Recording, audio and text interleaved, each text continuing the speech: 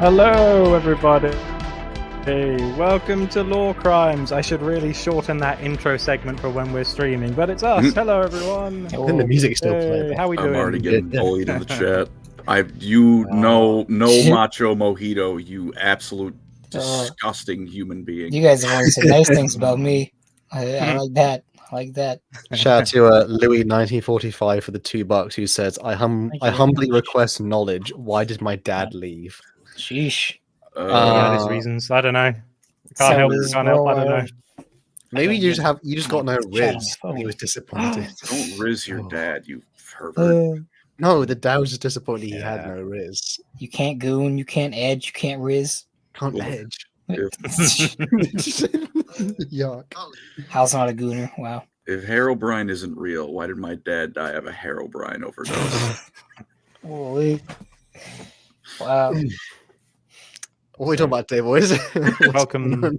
Before we say that, welcome back to Lorecrimes, Eli. I can see your trophies in the background. Well done, you. Looking like a custodian. Great stuff. Good to have you back. Can you use one of those as like an Imperial Knight? That'd be funny. Perhaps I shall. Macro plasma incinerators on each arm. A gun show. Today, boys, it's another continuation, isn't it? We're almost at the end of our Great Crusade legions. Finally, Colin will escape the Great Crusade, and then only to be plunged into the Horus Heresy. Dropped ankle first through the Horus Heresy. I had my one timeline episode when we first started this channel. Started off strong. Then it went. Oh. It'll be okay. We're gonna get to the War of the Beast eventually, and Xenos will return. SC615, thank you for becoming a lore criminal, and then Beastman from Sweden, thank you for the 100 sex. Funny. Just felt they needed to throw money at Eli's pecs. Thanks, bro. Damn. Yeah, thank you very much. He'll start flexing later if he wants. Only if he wants to, though, brothers. SC615. Oh my gosh, Crimson Glory. Crimson Glory. Congratulations, Eli. Thank you very much. If people donate, I'll do my posing routine. Louis McShooty, thank you for $2. Those trophies are as tall as Eli. Oh man, kind of true. SC615. DJ Beast, thank you very much. Colin, please review the interactive heresy list. What is that? Eli will flex, but Colin won't do the gritty. Yeah, so true, Jake Thornton. I don't know how to gritty. Maybe next year, if we make enough, we'll all join. We'll all join like Eli's training camp for see who's the most swole at the end. I already worked till I puked once, and worked out till I puked once. I don't want to do it again. It's not fun. Do you not work out again ever? I work out. I just don't want to work out until I puke. I'm asthmatic, so I'll probably just be like, "Hey, how's Andy doing at the cardio?" And I'm just like unconscious on the treadmill. Like, he's fine. Yeah. Bloody shit music. Thank you for the $2. Eli should be in Major Kills next calendar. Yeah. I didn't have to paint on my abs, so. Damn. It's all kicking off. And in the spirit of warring on terror, today we are covering pre-Legion. So we're going to talk about the Ultramarines, the Death Guard, and the Thousand Sons today. But I'll be covering two. Colin will be covering one. But before that, I guess it's time for question of the week. I hate this list, DJ Beast. This makes me want to puke. What is it? It's a list of the reading for the Horus Heresy, but it's a graph of. It's like the spiral part. Yeah. My favorite part is like some legions are just not on the graph because you can't. There's no actual recommended order. There's no death. If I look at it up, I still have it. It's like there's no Death Guard. There's kind of an Ultramarines one, but it's all word bearers on it. Like it's just not there. There is an Imperial Fist one, surprisingly, but then they're missing most of the legions because it's tricky. Also, before anything else, I think, hey, Rarest Pepe, while we're going on, you should explain to the chat what a macho mojito is. You keep saying it. Go on. What is it? Nah, he won't. He won't. He won't. I think it's a Crimson Glory, especially for the man has been a big supporter of all of us for quite a while. We appreciate you and Love- love you. For the blood We god, love you very Bugs much. for the We love all of Lorecrimes. you. We love it. True. Shout out to the World Eaters, who I do play. By the way, I do play World Eaters, and I've got my own like custom like Mark Angron, who's technically Usharan, the vampire guy, AOS. I've been building a lot of Sisters of Battle. I mean, you can't see anything on my freaking webcam. Nice. I almost built the entire combat patrol during our Fireside Fantasy recording the other day, so we're balling. I just like the idea that you've gotten so swole, the miniatures look even smaller than they used to be. You're like, it's pointless now. I'm just staring at his shoulders. They're the boulders that are his shoulders. I hit shoulders today, so kind of we're feeling Right. good. But I believe with your return, Eli, you're also going to be talking about the question of the week from our last episode on Gotrek and Felix, right? Yes, sir. I will So what pull we up got? what I got. So our question was, I don't know the exact question, but it was hashtag buddy cop, which means probably who would you like to see as buddy cops in 40K or fantasy. This is correct. First one's from Documan USA, a classic lore criminal. He says, Thankwall and Call. Thankwall keeps messing with Call's latest and greatest tech heresies, and Call uses rats for experiments and makes cyber Skaven, which somebody was that you, Donkey Man USA? Somebody was making that Admex Skaven, which is crazy. Meanwhile, Alpha Primus has to act as Tard Wrangler for the duo as they go compete across the galaxy, getting into trouble. It's such a funny thing. Primus. I don't know if Call's got the ability for his things to function accidentally correct. Like there's no like Skaven like whoops element to his stuff. We have Mike the Bretonian Knight, not Bretonian, Bretonian. The Green Knight and the Lady for making us puke when Colin talks about Morathi and his Bretonian takes. I mean, I had to have at least one Colin slander. Colin only dislikes the Bretonia because he hates the French. So it's Who he didn't even say no. He's just like, Incorrect. why would you say that? Oh, gosh. All jokes, All all right. jokes. Shout out Douglas, shout out the what? to Yopexi Kiwi Piskai in the chat for just saying balls. Getting out of him system. Yeah. Douglas Watson, 4234.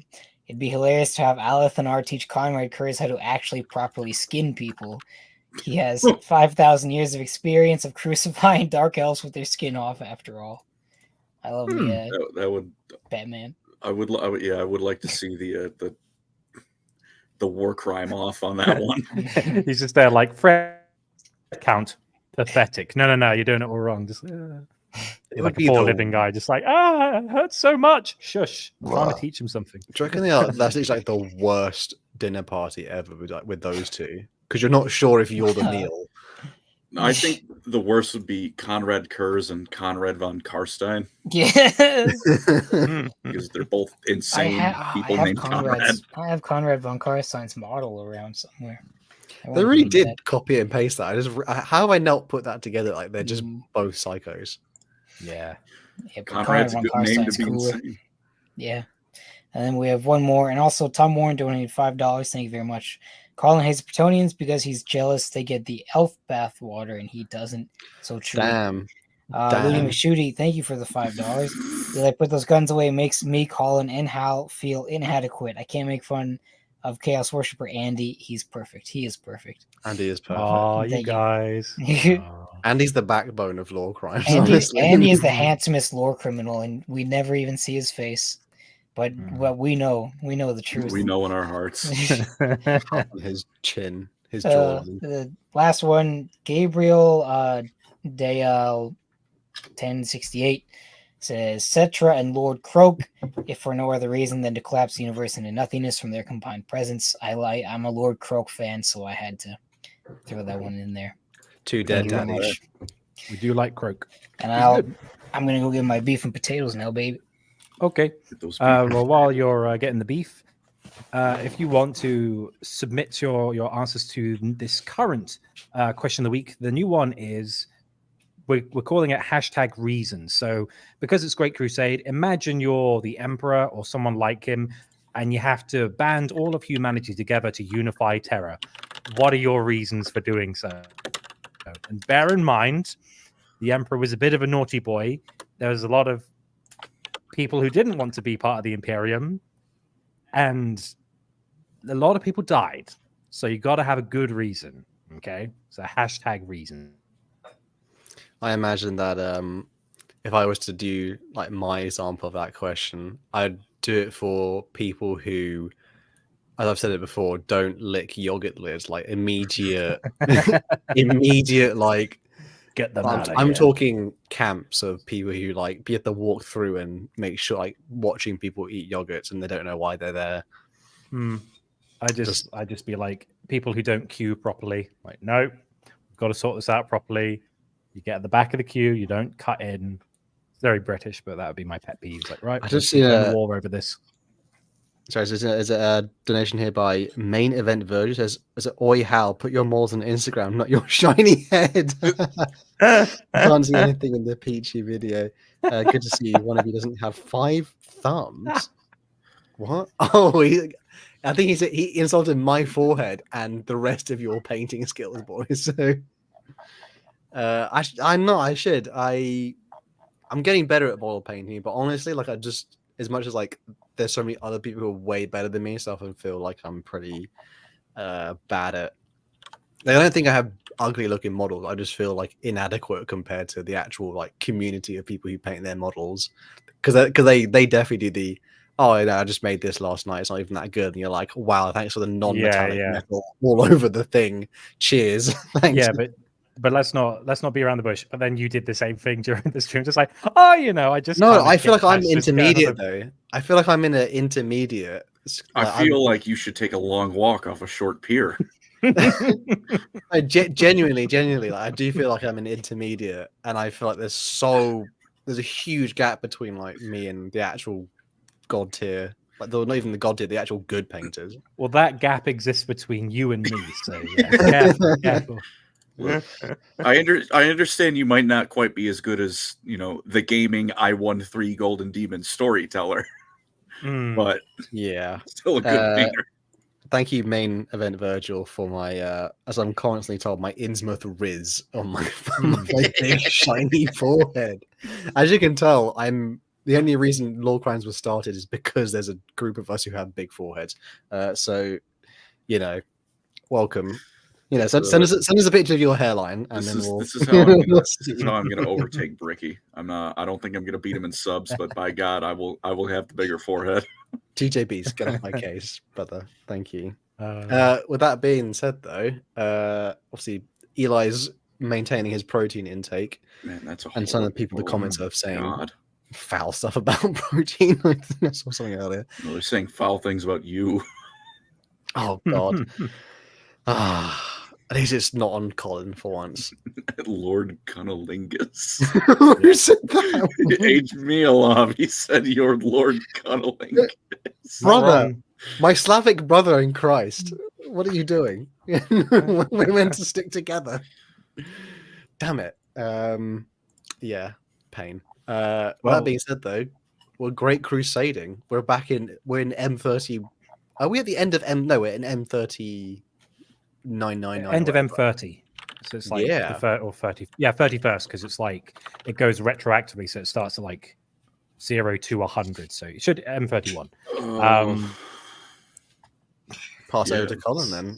Who are we talking about today, Colin? Then we're talking about the greatest of them all, the only chapter that matter. All these other legions can go straight to hell. It's only the Ultramarines, baby. Nope.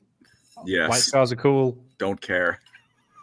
you will never outdo my sheer blind lack of caring for space marines that aren't blue and gold.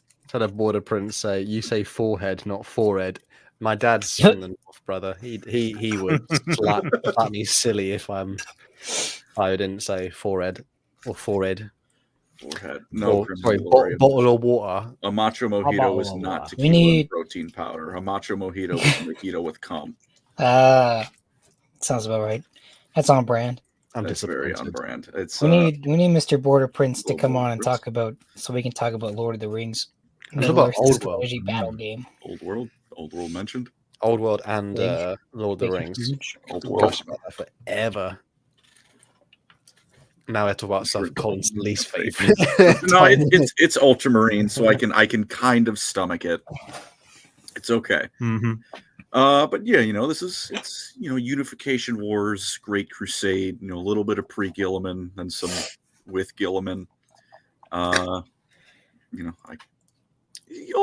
It's gonna be a good time. I've spelled Rabute's name wrong the first time I spelled it in this little note sheet I have, so that's a good sign. But that's just the meme, though, isn't it? It's like Roboty Gully Man or something. I didn't even do it on purpose though. Like I just put a U. Ribbit Girl Man. Where Like, that's the meme. I prefer Rowboat Guilty Spark. Nice. I'm just completely butchering it. We have 2 donations. So I assume you guys already read the budget part 1. I think we. Oh no, Mr. Mielov, we didn't read that. Unfortunately, it says time to learn about my favorite legion, the Dozen Dudes, and Bloody Shirt Music. Yo, shout out to all the regulars who are here. Bringing Border Prince on, so you can teach us about anything but modern 40k. My man.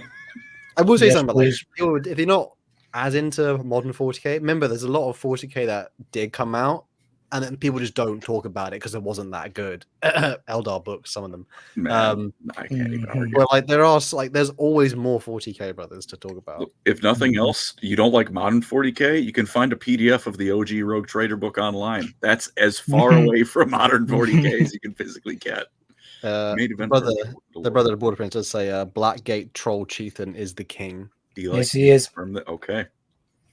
I don't know. Baller model. Eli's only playing Lord of the Rings tabletop at the moment, really. So Yeah, I play Warhammer like once a month, and then Lord of the Rings as much as I can, because it's just so much better. I also thank you to becoming a lore criminal main event Virgil. Nice. But Ultramarines now? Yes. Except not quite, because they weren't the Ultramarines yet. You'll notice that, that's actually, before we start, I properly start, I want to say, I think the proper way to say it wouldn't be Ultramarines. It would be like Ultramarines. Yeah, Ultramarines. Because I know like you look and you're like, they're the Ultramarines, which, they're the best, which, correct, but that's, an opinion. It's more accurate to be like they're the people, like the soldiers of Ultramar. Less MK Ultra, more like Ultramarines. Yeah. Granted, saying it that way sounds kind of awkward, so just Ultramarines, but it is not supposed to just be they're the Ultraist Marines, even though they are. But at this point, they're known as the Warborn, the 13th Legions of Space Marines. Guilliman's their Primarch, but they're much like pretty much everyone else, except maybe the Alpha Legion with one of the twins. They don't have their father back yet, which is another side tangent. I always found it weird. They call Primarchs their dad. I'm just going to say it. That always throws me for a loop, especially because at this point they're babies. Yeah. I find it, do you know, the only time I ever clocked it as weird is when I think Sevatar once said uncle to Magnus the Red, and I was like, why? I'm not a fan of that one. Why would you say that? As long as he didn't call Conrad daddy, it's fine. That's when you should be even concerned. worse. The bottom keeps being deepened. Who's the I beg your finest pardon. I took that in a different. I was going to say we hit rock bottom, but then we kept going deeper. But I worded it horribly. Dante, thank you for the 1,000 TLP. Ultra signature look of superiority. For the audio listeners only, that's the Ultramarine Omega. But at this point, they're the Warborn, and they're not quite. They're not like the true Greco-Romans they're going to be pretty much the moment they find Guilliman. At this point, there is still a little bit, because at this point, as the Warborn, they're largely taking from people like on Terra. Their recruits largely came from people who were nearly wiped out by the Emperor, which is a fairly Roman thing to do. They would come in, they would obliterate everything you'd ever known, and then whoever was left could be a Roman. So there, there's still a little bit of Roman roots early on. But other than that, that's kind of it. And that being said, there was no evidence of them being deployed on Terra. They weren't appeared to be, doing any of the fighting. The first records, which is, the first instances I could find, had them fighting on the moon and the Sedna campaign towards the edge of the solar system. So they weren't in the opening rounds of the Great Crusade. Actually, would you guys count the Unification Wars as part of the Great Crusade? They didn't call it Crusade.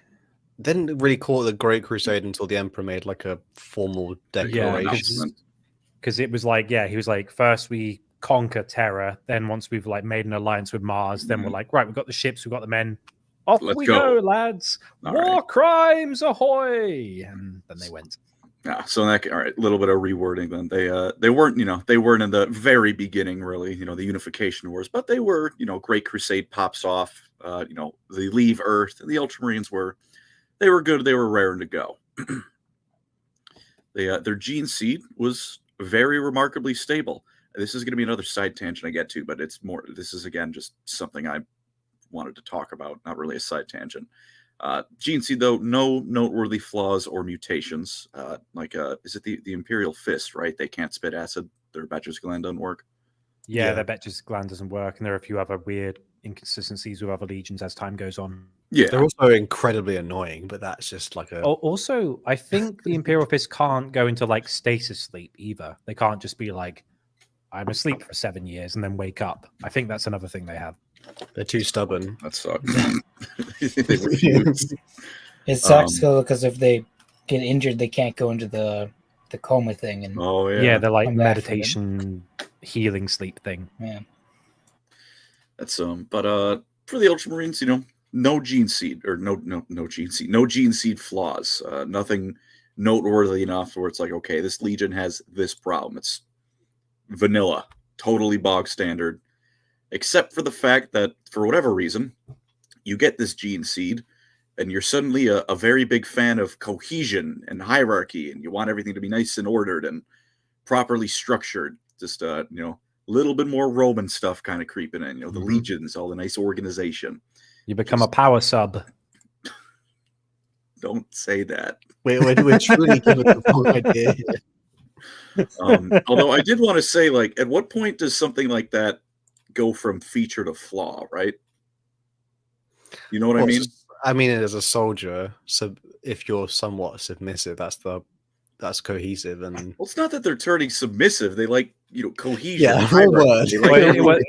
again, the big flaw with the Ultramarines with time would be that they have to do everything by the book, and that's the thing. It's like, this is how it's done. It's like, not always. No, this is how it's done, and that's kind of related to that, I suppose. I was just wondering, at what point does it stop being just a at what point does something regularly occurring within a gene seed count as mutation? Because it did seem, the Ultramarines all start liking that kind of stuff, but it just doesn't count as mutation, right? I mean, that was more just not even just like a. I think it depends on how aesthetically pleasing it is. It's like Sanguinius' wings; they're not a mutation. He's pretty. Leave him alone. But the red thirst, that's not pretty. Yeah. Fair enough. Also, we got a donation we have from a few donations, fellas. Yep. Gotta go back to Donkey Man USA, who said for $2. I almost want to give you your $2 back for saying this. Skin me harder, Uncle Kurz. Yeah. No, you. And Bikini Prime. That's a fun name. $2. Thank Pinky you. Prime. Sorry, Pinky. Power Sub Gene Seed Flaw. Yeah. Mm-hmm. SC615. Thank you for the $5. Thank you, brother. Vulcan and Dorn are my favorite Primarchs. Shagadi's up there too. What would be the best place to start reading? Also, big ups, Eli. Prep is grueling. Yes, it was. But we're Don't living read the again Salamanders books. Don't do it. The best recommendation is not to engage with that. The White Stars books are all don't read their books. Thank you. Start with the book called Scars by Chris Raitt. Thank you, Aborder Prince, for the potent and flawless seed. Thank you. Joseph Pollard. Joseph Pollard donated 10. That looks like some kind of like $10 currency from like regular. This is the That's dollar on the sign, right, bro. It feels like something you get in like a JRPG or something. I don't know. It's like squiggly circle thing. I'm not sure what it is. I mean, the same thing. All right, No, all endless right, space go on, currency. It's man. like an endless It's space different. currency. It's different in the chat. Okay. I have returned from my conquest in brackets vacation in Europe to hear cringe and see Colin's unmade bed. I hate you. It's pretty made. Thank you for the $10. Colin It's not always made makes great, the but bed. it is made. He always makes the Bed bed. made. The cock chair's always ready. He always makes the post for the YouTube video. Why have I not made a Ultramarines. post? I'm going back to the Marines, damn it. I never thought I'd want to, but we're Gonna go going make a away from post, I that guess. towards Space Marines. BRB. Alrighty. It's Smurfs. Much like keep the Roman a little bit, they bolster their strength from conquered worlds. So like, all right, hey, you're part of the Imperium now. You're coming with us to fight. You're a legionnaire now. So that would help them get a bit stronger. Although something makes them stand out a bit from how they were. Although when they meet with some moments with Guilliman, you'll find out maybe that is kind of in character for the Ultramarines. They tend to be very aggressive.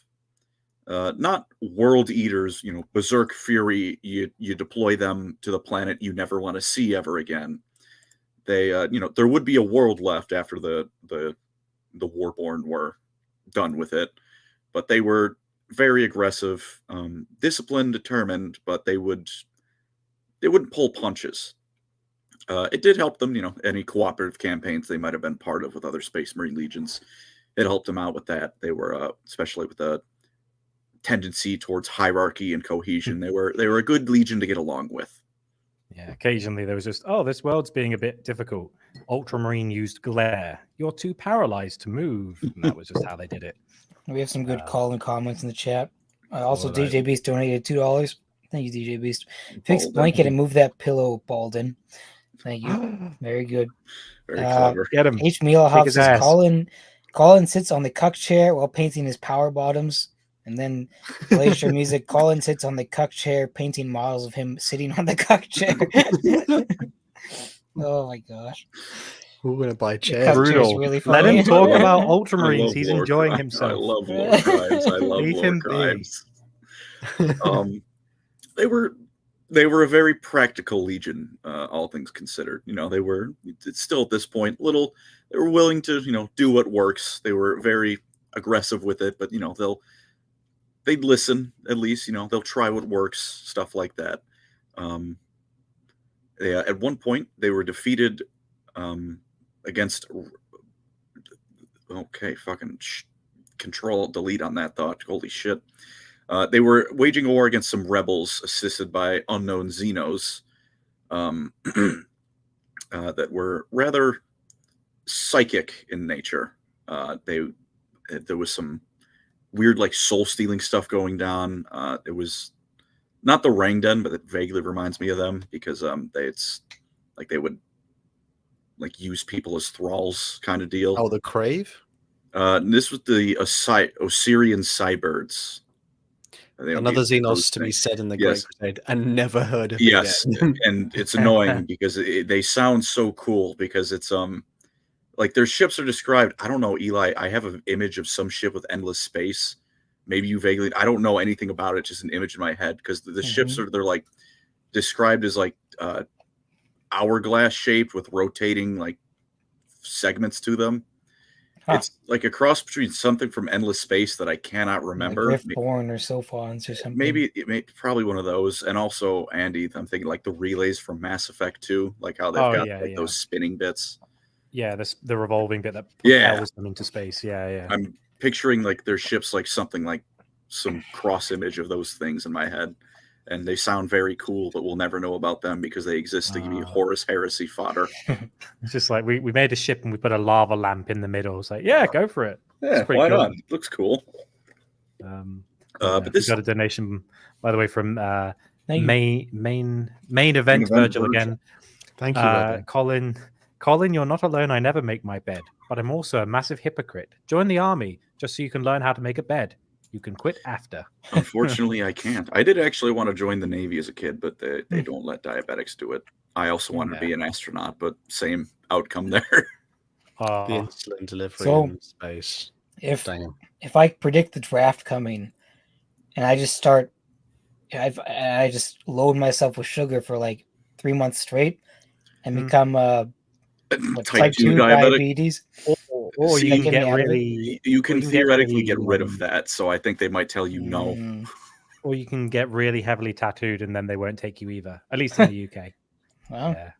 I did the application to like just out of curiosity if they take me in the reserves, and they're like, "How big's the back piece?" I'm like, "Nah, no, It's no." reserves. What? Yeah, even the reserves, they're like, "Nah, we're not having you, yakuza looking motherfucker. Get I out think of here." if World War III breaks out, they're probably gonna lessen that. yeah. But yeah, the warborn, still called that. They were defeated, and they got filled with a lot of shame and a little bit of bloodlust for combat. And they decided that until they're reunited with their Primarch, no glories. They're not taking any honors. They lost. They do not earn them yet. They need to find their gene father before they're going to be whole again. They gotta they're not going to accept any trophies or medals until that happens. And rather interestingly is that they actually knew where Guilliman was 2 years before all this business happened, but warp storms were kind of not ruining, but affecting travel to where Guilliman was, which I imagine has to be especially frustrating. You're like, he's right there. We can see him. We know he's there. Also, this is when they found him and they knew he was on. Yeah, they knew he was on like Macragge, and they knew where. It's just the warp storms. You can go to them if you want to die. It's like you're picking your kids up from school, and there's like a really heavy bit of rainfall going on. You can see them in the classroom waiting to go home, and you're just looking at them through the glasses, going like, "It's raining. It's really heavy rain. I haven't brought my coat. I can't. No, sorry." Just leave have them to at wait. school and don't come back. Yeah, they and then you need, just they leave need them at milk school and for a year. cigarettes. Exactly. Been back in army recruiting ads. It's so Also, yeah. Like the man, there's a funny comment. Yeah. It is so over, bro. Hasty white guys everywhere. We're going to war. When they stop worrying about like optics and they're worrying about like, okay, how we get the most amount of something, then it's like, okay, they're deadly serious. Yeah. A clean-shaven white guy just delivered my Uber Eats. Sell everything. Everything's down. It's over. God, companies have no shame. Sometimes they'll just none straight. They'll just. Was it something I think of like Nestle. Nestle's like, oh yeah, they look so nice. Right. Like, yeah, we'll straight up like we'll put people, of every origin in adverts, and then we'll straight up like poison their water sources across Well, the world. as the old saying goes, you can't spell company without cum. Thank you, Andy. But officially talk about Guilliman now. Yes. Yeah, go for it. It's while this was happening, Guilliman's doing his thing on Ultramar, being the only Primarch with a real family that isn't nightmarish in some way. His dad does get Caesared, but that's okay. His mom's still kicking, and Guilliman gets proper vengeance for his father without killing the man who killed his adopted father, Conrad Guilliman, although the Macraggian Senate did throw him off a cliff, so Is it the Illyrians? Is there was there an equivalent of the Illyrians in Rome as well? Yeah, they're called the Illyrians. Yeah, I feel like there was like an actual. It's just the region that is like that area, part of the Balkans, like next to Italy, it's called Illyria. Yeah, because the Illyrians, even to the modern 40k, the Illyrian sector on their capital city of Macragge still hates the Ultramarines and Guilliman. They're always trying to appease them, but they never quite. They're like they're just successionists even in 30k to 40k. It's not perfect, but Rome wasn't perfect either. It was good enough. But around this point, Guilliman starts expanding Macragge. It becomes proper bit spaceborne empire. Integrating worlds into itself. They're reunited with the Emperor, Guilliman and everyone else, and Macragge is promptly or Ultramar more at this point, is properly integrated into the Imperium with relatively little fanfare, all things considered. And Big E gets 500 free worlds, and Guilliman gets a Space Marine Legion. Yeah. Renamed the Ultramarines now. They're Here They Are. That's kind of like I was saying earlier. That's best translated as People of Ultramar. And I think, if I remember correctly, Ultramar in Portuguese means like far sea or something like that. I can't. There was like a translation I saw. It was forever ago. I can't remember, but it's Wacky. I guess maybe that's neat where fitting name Ultramarine stuff. comes from, for like bluey. It might, honestly. It's a sea color, maybe. Plus, it fits. If my vague remembering of what the translation is right, Ultramar is probably the easternmost major Space Marine hub, isn't it?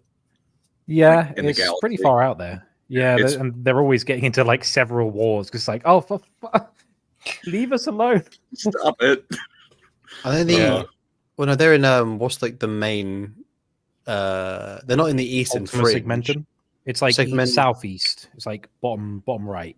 Oh, it's like they're in the big. They're in the largest segmentum in the middle, but Yeah, they're the east of Terra, or in terms of if east even is irrelevant as a direction in terms of the galaxy, but on the map, they're Galactic East. Yeah, they're in Segmentum Ultima.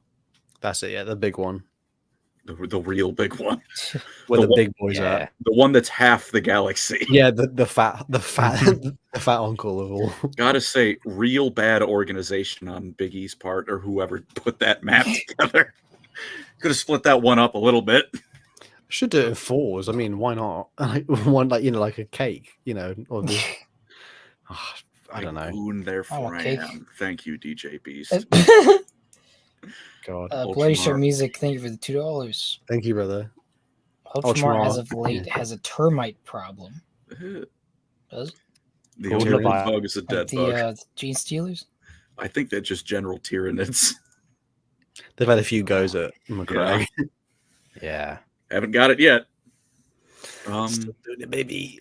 But yeah, Guilliman's back. Well, I guess not quite back, but yeah, they got Guilliman now. They got Grandpa Smurf, and the Ultramarines would then go on to just be the best ever in the Great Crusade, with the highest amount of planets brought to compliance.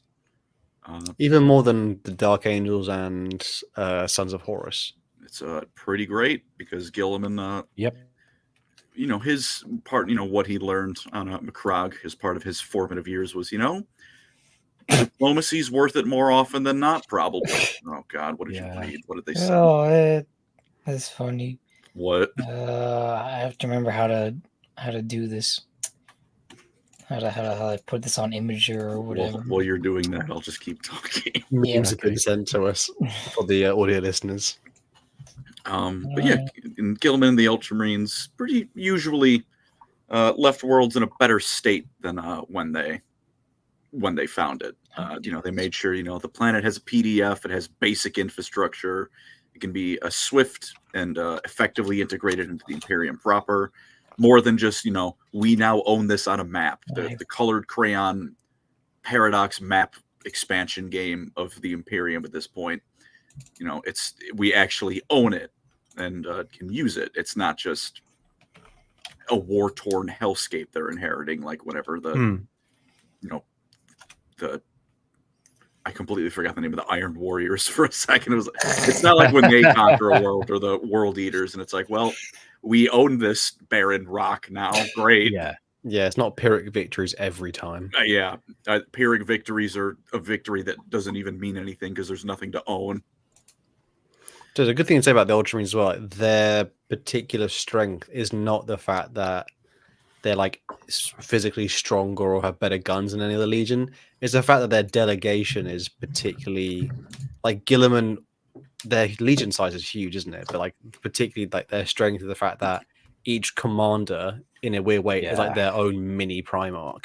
In some there's like 4 tetrarchs which rule I guess it would be 60 worlds apiece because there's it's 500 worlds, so that's 250, so that's each tetrarch rules 125 planets each. and they're like his lieutenants. And like Dark Angels were straight out the gate, and they had all the deadliest guns. Sons of Horus benefited from having a Primarch really early on, like the first returned Primarch, other than Alpharis, who doesn't count. But then Guilliman is just like, I'm rich. Look at all my planets. What are you going to do? I think the Ultramarines are soldiers, whereas a lot of the other ones were just conquerors. They're soldiers, and the other Space Marines are warriors. If that makes sense. That's how I see it too.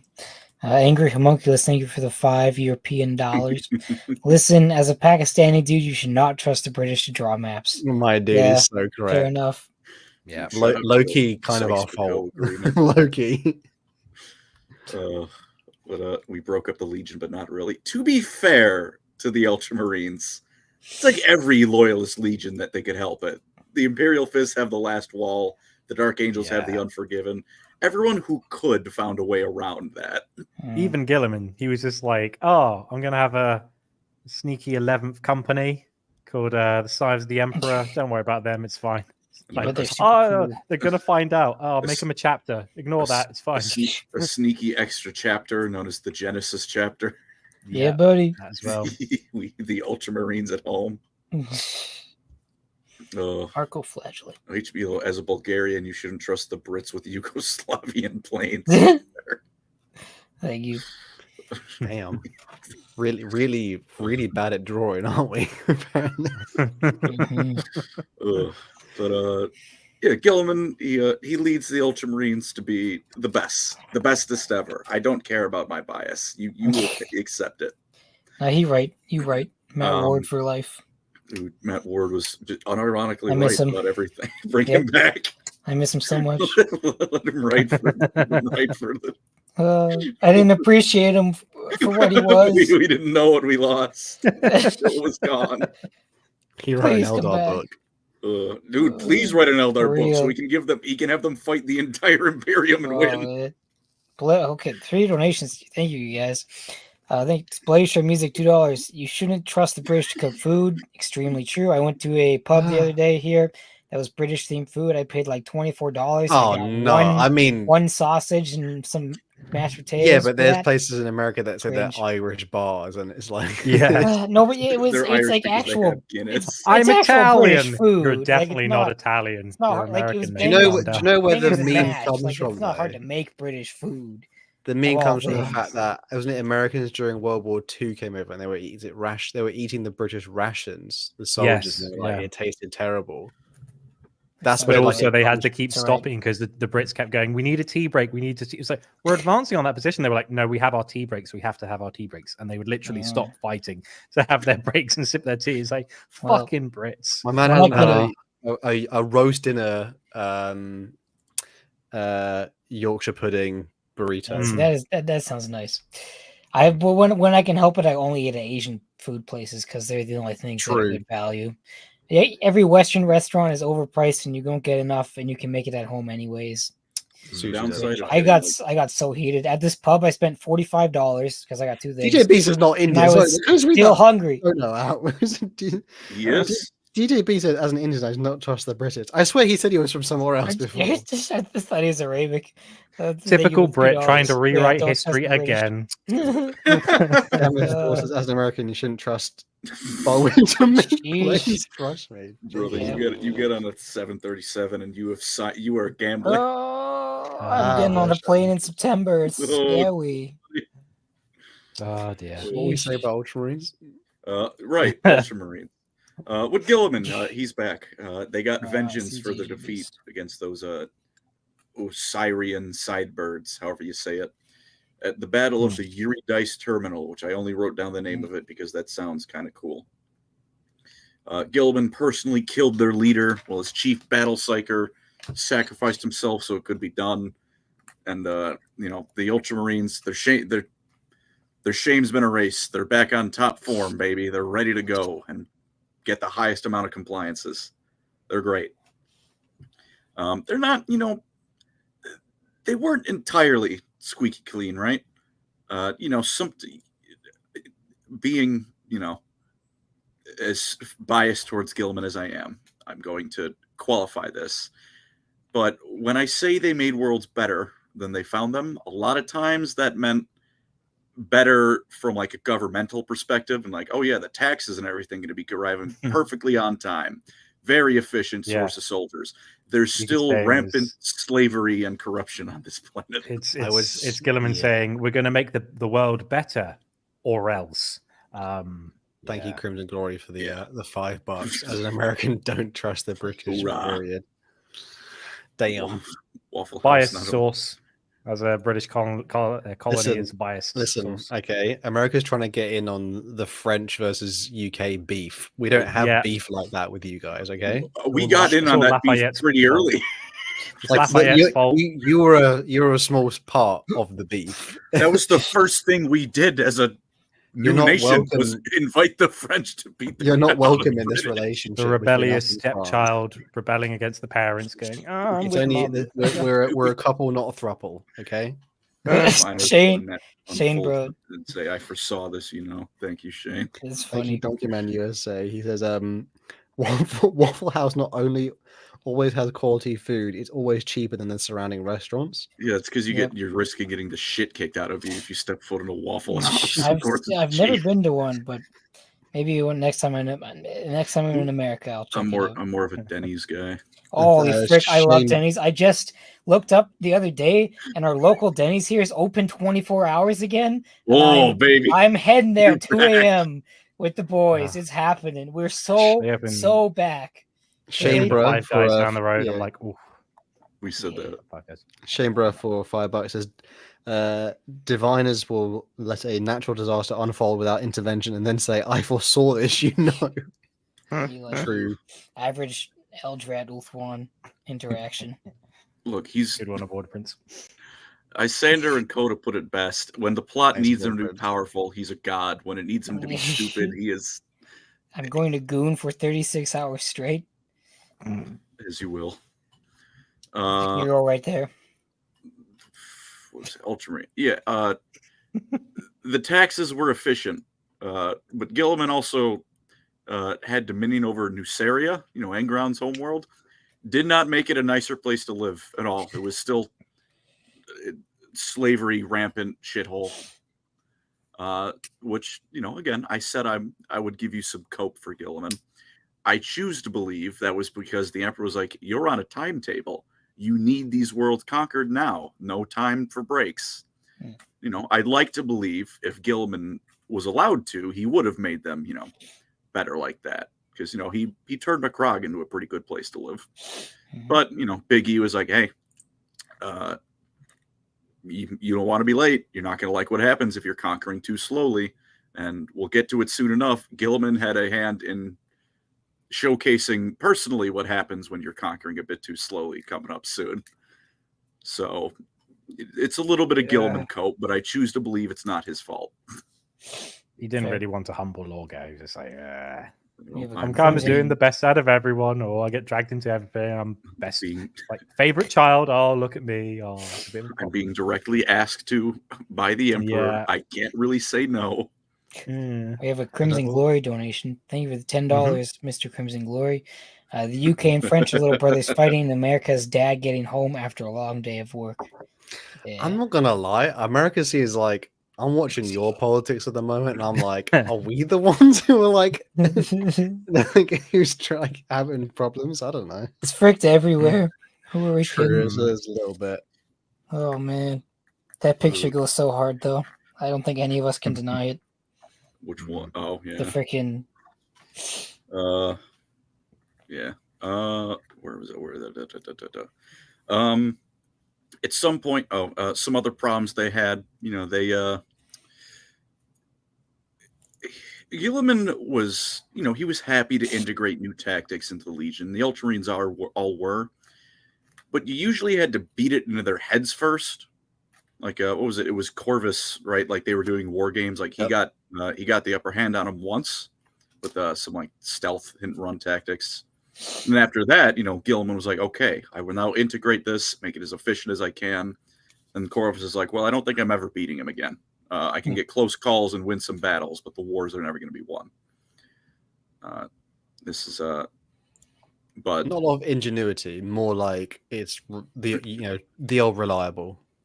he'll refine anything you give him to the finest point, but you need to give it to him first. Yeah, he has to And see yes. someone else do it. Yeah. I mean, he also loved the Moratarts from the Raven Guard, which were like the Suicide Squad, like dual wielding gun. Like they were like the guys. Oh, they're gonna die. We'll just put them at the front line. They're just gonna jump in and do some damage. And he went, I like this, and he started to incorporate them in his legion because he saw them doing it and went, oh, that's good.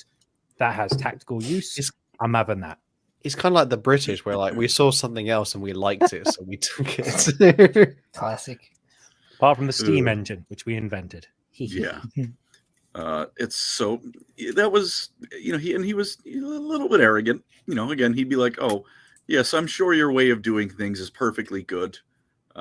He had this idea of, well, you'll see the Ultramarines fight and you'll truly be amazed that this is the best way to do it. It was in some fairness, it was a show don't tell thing. He'd be like, you'll see us fight and you'll fall to your knees and accept that the Ultras are the best and you'll want to do it how we do it. Which, to be fair, highest amount of compliances, but it rubbed some of his brothers the wrong way. I know Lehman wasn't the biggest fan of him. Didn't Ferris Manus hate him? No, he's on the Dauntless Few, wasn't he? Well, Guilliman liked Ferris. Yeah, Guilliman liked Ferris, and he liked Lehman. And he liked Lehman. But it wasn't mutual. Like Ferris was like, oh, he's just a rich kid who's got all these planets. If I had that much stuff, I'd do better. He was like, oh, he didn't like how Guilliman basically played on easy mode in his opinion. He's like, oh. He was somewhat insecure around Guilliman at times as well. Like, there's his own Primarch novel is basically the fact like he realizes Guilliman is like on the grander scale a better Primarch and he's a better Legion than he is in terms of like how it interacts with the Imperium. And so Ferris Manus tries for one book to do diplomacy like Guilliman, but he doesn't have Guilliman's skill. And then he dies. Nor do his sons.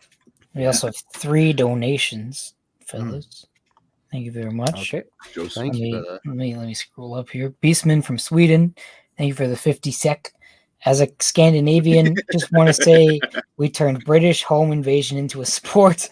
We even showed off our trophies when we got home. Nice. Joseph Pollard, thank you for the $5. The more ghetto the Waffle House, the better. There was a fight at my local where the cook hop in. Nice. Most banging food ever. Is Waffle House just like pretty much Denny's? Colin? Isn't it IHOP or something? It's Denny's, but like for some reason it's like a PvP enabled zone. It's like Super Smash Brothers Melee, but also a restaurant. Yeah. Oh, I really before we go to the in-laws next week, I gotta get a 2 a.m. Denny's trip. Finding out that Denny's is open past 12 a.m. again is like an insane. It's just oh my gosh. Though they put actual meth in those pancakes too. I'm getting the cinnamon bun pancake with my all-American slam. Hell yeah. You get Anyways, the Grand Slam. You'll be Stealthy 47 changed your profile pic. $2. Thank you very much. But can Guilliman beat Balthazar Gelt? No, sir. Certainly not. He's turned to gold the moment he looks at him. What's that video where like they're having like the it's like the metal bands, like, and it's like something at Denny, and then people just having a mini mosh pit. Oh, it's a classic video. Classic. Gelt's turning Ultramar into a lead statue. Oh man, we should. Smiling. There's a concept there, something like how I don't know if this could be a video or something like 40k versions of fantasy characters, like scale their power up to be in 40k. That could be interesting. You don't even need to do it with Gelt. Yeah, I know. The Lord of Metal has a skill where he touches something made of metal and knows everything about it and how to make it. Gelt touches a Necron and he's unstoppable. Damn. Epic. He just like stares Perturabo in the eyes and goes, "Bitch." Chat, let me know if it's a good idea. Do it. Come on, Birdie. Brian F. Denny's is not trash. Oh, Denny's is but it is trash, but it's not trash. Yeah, it's trash anytime before midnight. Oh yeah, but if you go after midnight, it's heaven. It's so good. Oh my gosh. But Ultramarine, almost done. We're trying to get through it. We're talking about breakfast I and just want to talk about Denny's, bro. I love it. Country beef. So good. This hasn't been the first time we've gone on a breakfast tangent. Come on. My buddy ordered a blue steak at Denny's. Can you believe that? What's wrong with him? Like, yeah, it was actually good too. I couldn't believe it. That just sounds like asking for food poisoning to me. But Speaking of blue things, the Ultramarines sorry. exist. I'm having fun building my freaking penitent engine over here. It is at some point the Ultramarines got a bit of a boost in Marines when the two Space Marine legions who did a big no-no had their Primarchs expunged, gone. What legions are you talking about, Colin? There were only ever 18 legions and 18 Primarchs. That's right. The hypothetical, purely hypothetical second and 11th legions that definitely never existed. Ignore the fact that the numbers 2 and 11 were just skipped right over. Nope. These theoretical Marines theoretically became part of the Ultramarines, or at least most of them did, theoretically. And practically, though. Practically, theoretically. Theoretical. This happened. Practical. Shut up. Shut up about it. Shut up. They're going to send someone to kill us. Shut up. And theoretically, Guilliman himself had a hand in the memories being erased of the event.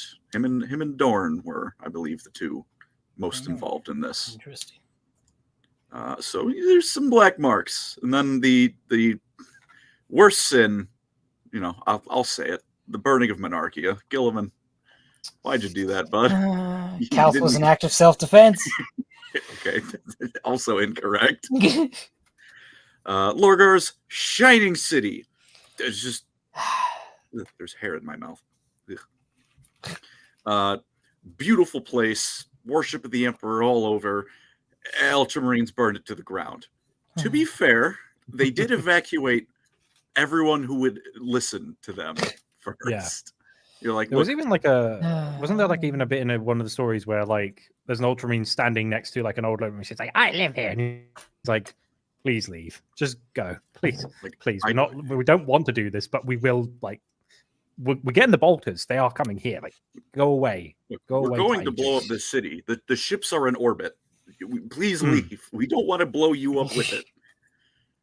Which is, the nicest you can make razing a city to the ground.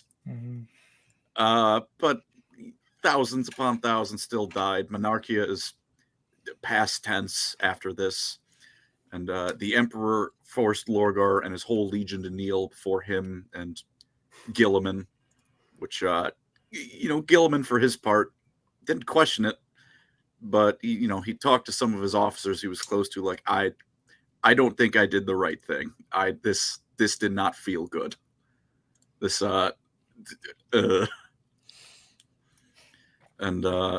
so with that, once that's done, Guilliman is a little shaken by it, but in terms of, performing his duty, he kept going about the Great Crusade. Did feel bad about Lorgar, wanted to somehow make, reparations, come a little bit closer with his brother again, which is why, wasn't it 80 years later? Wasn't Monarchia 80 years or something before the Horus Heresy started? It was a while. It was at least over 50. It was a good few decades. Was it 20 years that the word bearers were sneakily just being 50 years. We're following chaos. Don't tell anyone. Shh. Yeah. Oh, more chaos. So during that time, Guilliman kept at it, adding worlds diplomatically, sometimes not so diplomatically. Ultramarines performing their duty as well as anyone else. When Guilliman, and this will be kind of the ending point because it's about to get into the Horus Heresy, as certain things are happening across the galaxy. Guilliman, he doesn't know Lorgar's involved yet, So Guilliman invites Lorgar on the cusp of the Horus Heresy to help them cleanse some orcs from a world. He's like, you know what? This will be a good brotherly bonding exercise. He's just we're going to kill someone. You love killing orcs. We all love killing. Come on. It's fun. It's the equivalent of going fishing. Which, at this point in the Imperium's history, that's about as brotherly something you can do between the legions. There's no humans. Lorgar doesn't need to worry about converting them. Guilliman doesn't need to worry about casualties. They're orcs. I've got to admit, it would be exceptional if I went fishing and one time I caught something and I pulled it out and it just started going, wow! I'd be like, this is amazing. It's scary. I love Yeah, the idea so- of like they're Big. thinking of like we should hang out and like bond. And they're like, yeah. What do you think? We should do something different. And then like there's a long pause. They're like, Denny's. want to go crusading again? Like there's nothing else to do. We also Yeah. have a donation up here, Yep. fellas. Main event Virgil again. Thank you very much. Thank for you, the brother. fiver. Genuine question: would you ever do streams where you're just chilling and talking more casually? Feeling bad for Colin having to power through this. Don't feel bad. We are for very Colin. much. Yeah, That's this not is allowed. a great. There's been a lot of donations this one, so it's quite Yeah, thank you. distracting. I think our Wednesday streams are kind of like that. Yeah. But we're gonna do more. We'll probably have something like that one of these days. I'm sure. A Just border like prince chilling.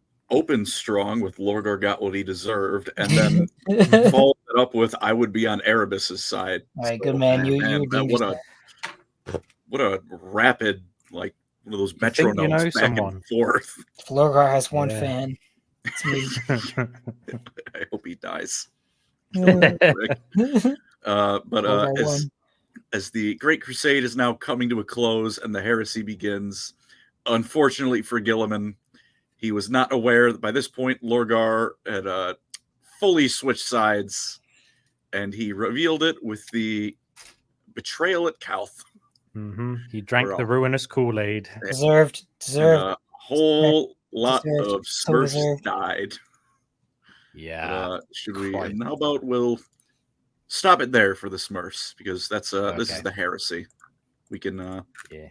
This is kind of where the Ultramarines start their heresy, getting gut punched by Lorgar as kids. Losing like 100,000 men and still being like, we still got loads. Like, We're what? still the largest Ow. legion. Called an Yeah, ambulance, but not for yeah. me. That's where we learn that the Warborn were always angry because Guilliman himself has a bit of a temper, but we'll get to that when we get to that. I do think, just finishing on Ultramarine, they do have some. Is it called the? They had to have a subsect within them. I don't know if they're still called the Warborn, but like they have a grouping that are filled with, like the more I don't know how to say that, more warlike versions of them. Like Guilliman There's- divided the Legion into ways in which those of the They- same temperament were together. Yeah, they did have the Nemesis Company, which became the Yeah. Nemesis chapter, and then they had things like the Aurorans, who they fought during Calth, and they were known as the civilians saw them, and there was like an aurora in the sky, and they were like, "That's some cool imagery." I'm writing that down, and they had like some bespoke ones where they're like, "These are the psychopaths. We'll put them together. These guys are really bad at social gatherings. We'll put them in a company," and they did like go on to usually make their company. own chapter. Yeah, so you can be cohesive. You can be cohesive as long as you're surrounded by like-minded individuals. So, I mean, every legion kind of did that, like the Imperial Fist, all the ones who were just Marshall fuck and ass mad joined the Black Templars. And- the Templar. And with the yeah. and with the introduction of 2nd and 11th Legion, I have the idea of like Guilliman being like, "Hello there, son. What's your name?" And he's like, "It's like, you're not one of mine, but you're in a different company." You're if the not- name if the name doesn't sound Greco-Roman, you get put in another company. Yeah, exactly. What's your name, Steve? You are in the I don't know, 112th company. My name is Stevenius. You're not following anyone. Get out of here. Go in Leave. that company. Stealthy 47 says, "Put all the Primarchs in Waffle House. What happens?" Or they're getting the shit kicked out of them by a line cook. Yeah. Guy who will literally his 2 feet will leave the floor and he will fly over the front desk. Immediately clobber them. Cato Sicarius stomping that towel. Good Funniest moment, bro. Good moment. You I mean, wouldn't hurt a defenseless diplomat, would you? Yes. Yes, I would, baby. That would just happen every night in the reserve. Waffle House. Stomp. That was the 13th Legion, though. Andy, who's our Yep. next boys? Okay, so we're already an hour of the way through, so I don't think we'll be here too long with the next two. Unlike the Ultramarines, there's like I think it's a bit more straightforward in a lot of ways, but the 14th Legion are the guys who would one day be known as the Death Guard, but during the Unification Wars, they were known as the Dusk Raiders of Terror, and they were recruited from the old war clans of Albia. So basically, Terran Death Guard were Brits, basically. British. You go out to a Death Guard, it's like, "Excuse me, I'm really hot." It's like, "You want a bottle of water?" That's how they talk. Bottle of water. They also took a lot of Albion recruits for use in the Night Lords and the Iron Warriors, but that was before the Night Lords were cringe and they were full of Nostramans, so we're not copping to that. And all the cool members who were Terran in the Iron Hands died at Istvan 5, so Shout out to my pasty boys. Yeah, exactly. Nice. You could have made a dental hygiene thing. Oh well, dental. I got all right, Chief. It's fine. They were known, but the aspirants of Old Albia were really well known as the inventors of the proto dreadnoughts, known as Ironside soldiers. So we can thank them for dreadnoughts, basically. And the Emperor highly valued their courage and tenacity in battle. And during the Unification Wars, he was fighting the warlords of Albia who'd killed, I think it's the something king. It's like the not the nameless king, that's Dark Souls, but a something king that was like a big tyrant. They usurped him, and then the Emperor's fighting these guys, and he goes, you know what, this is a lot of work, I'm going to try peace. So he basically said, hey guys, you're really annoying to fight because you're always just like meat grinding against my Thunder Legion, and that's really bad for me. How about I go, and he goes to their parliament. He goes to their parliamentary walk. He goes to the Tower of London, and he goes, all right, guys, you're really annoying, but I'm going to do this thing called the Great Crusade. It's going to be really neat. If you join me, we'll split like the winnings. And they went, all right. And so they joined, they just joined from there. Fucking good thing they weren't fighting the nameless king. Jagged Eye wouldn't have gotten a chance to kill Mortarion. Yeah, exactly. But yeah, so even at this point, the 14th Legion were characterized as heavy infantry specialists. They were really disciplined, very stoic. And even the Iron Hands Primarch Ferrus Manus said, if ever I was to fight one of the other legions, I don't want to fight the Death Guard. He was just like, at this point, the Dusk Raiders, he was like, they're just so annoying because you could just shoot them and they don't fall back and they just take it on the chin. They're like, didn't feel it. It's like, your face is missing. It's like, no, I'm fine. And they won't fall back. They just stay. 'Tis but a flesh wound. Yeah, they are the Black Knight from Monty Python saying, your arm's missing. No, it isn't. That's the Dusk Raiders. They were unwilling to ever surrender territory when they were deployed into defensive positions. They wore unadorned grey armor without any adornments, apart from they like to paint their right arm plating like dried blood red, because they were known as the red right hand of the Emperor. And they also had a tendency to attack just as night was setting in. So as defenders during Unification Wars were going to beddy buys, got their little plushies. And, oh, night, barbarian. I don't know, barbarian. Good night, Krug. Good night. And then all of a sudden you just hear like footsteps. Like, what is that? And you look on the horizon and the Dusk Raiders are just stomping forward. Because they weren't Barbaran yet, they were actually very honorable. If you surrendered, they wouldn't shoot you in the face. They'd be like, oh, actually, surrender. It's pretty neat. I don't have to waste ammunition. Go for it, mate. That British manners coming in, they always abided by cues. They were always polite. This is not the English Civil War in a bad way. But they did hate mutations. They did have psychers at this point, but they didn't like mutants. They were like, yeah, icky. Yeah, kill them.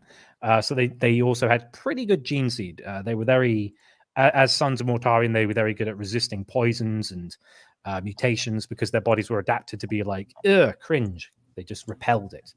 So for 8 decades, the Dusk Raiders are waging war during the Great Crusade after the Unification Wars.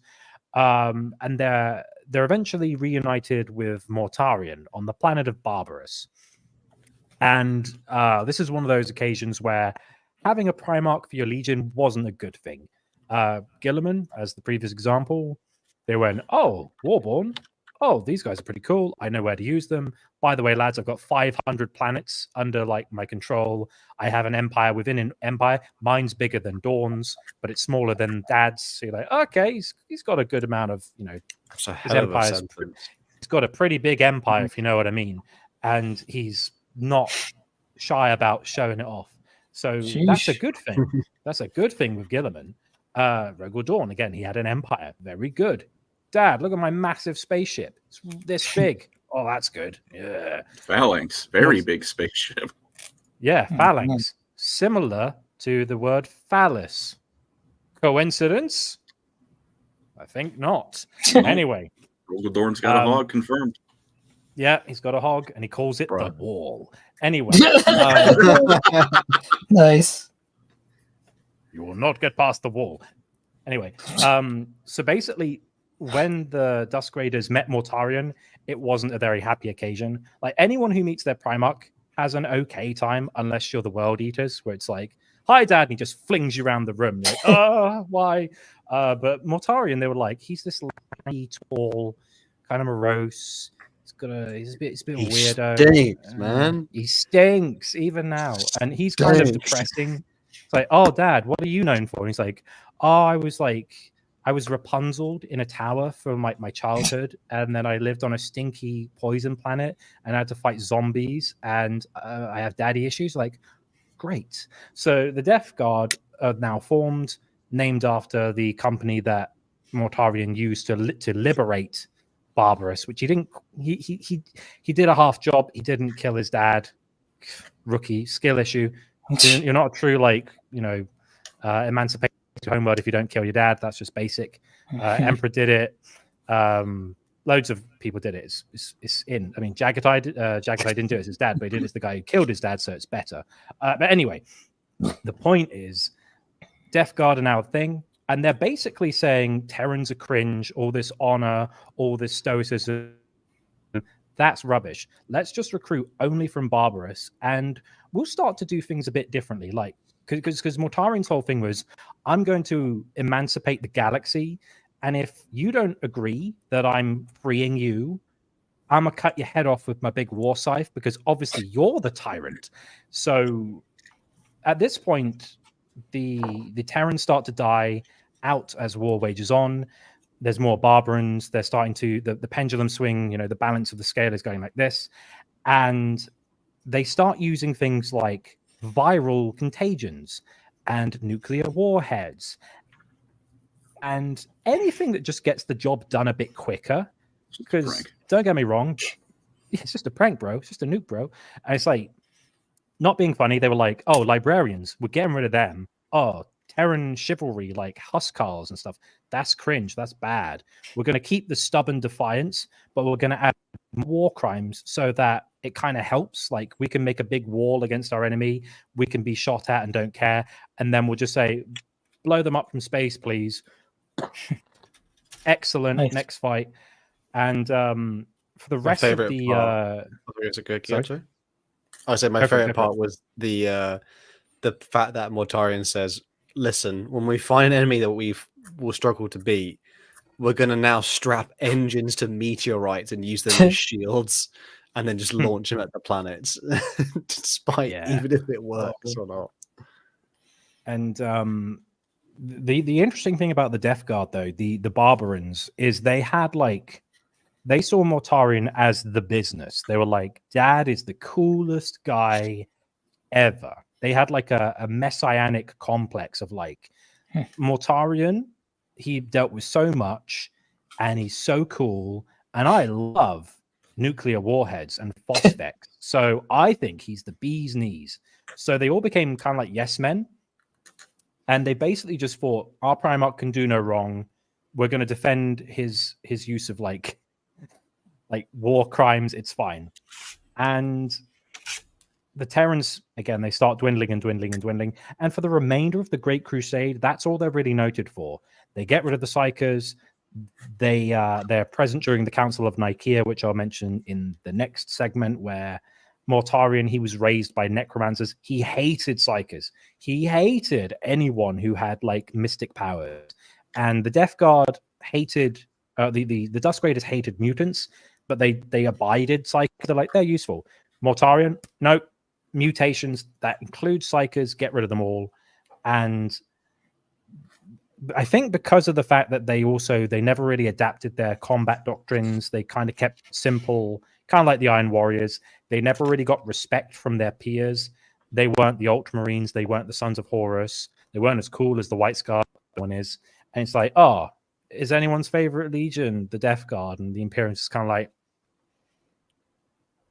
if you had like a baseball card collection of Primarchs, and you like getting the holograms, you'd be like, oh god, give me a Guilliman, give me a Guilliman. Oh, Dawn, that's fine. You get Mortar, you're like, oh, you're never going to use. They're this. accused of like they fought in a certain way to prove a point rather than this is the best way to achieve victory. Because like when they to the Death Guard, they were like a Pyrrhic victory.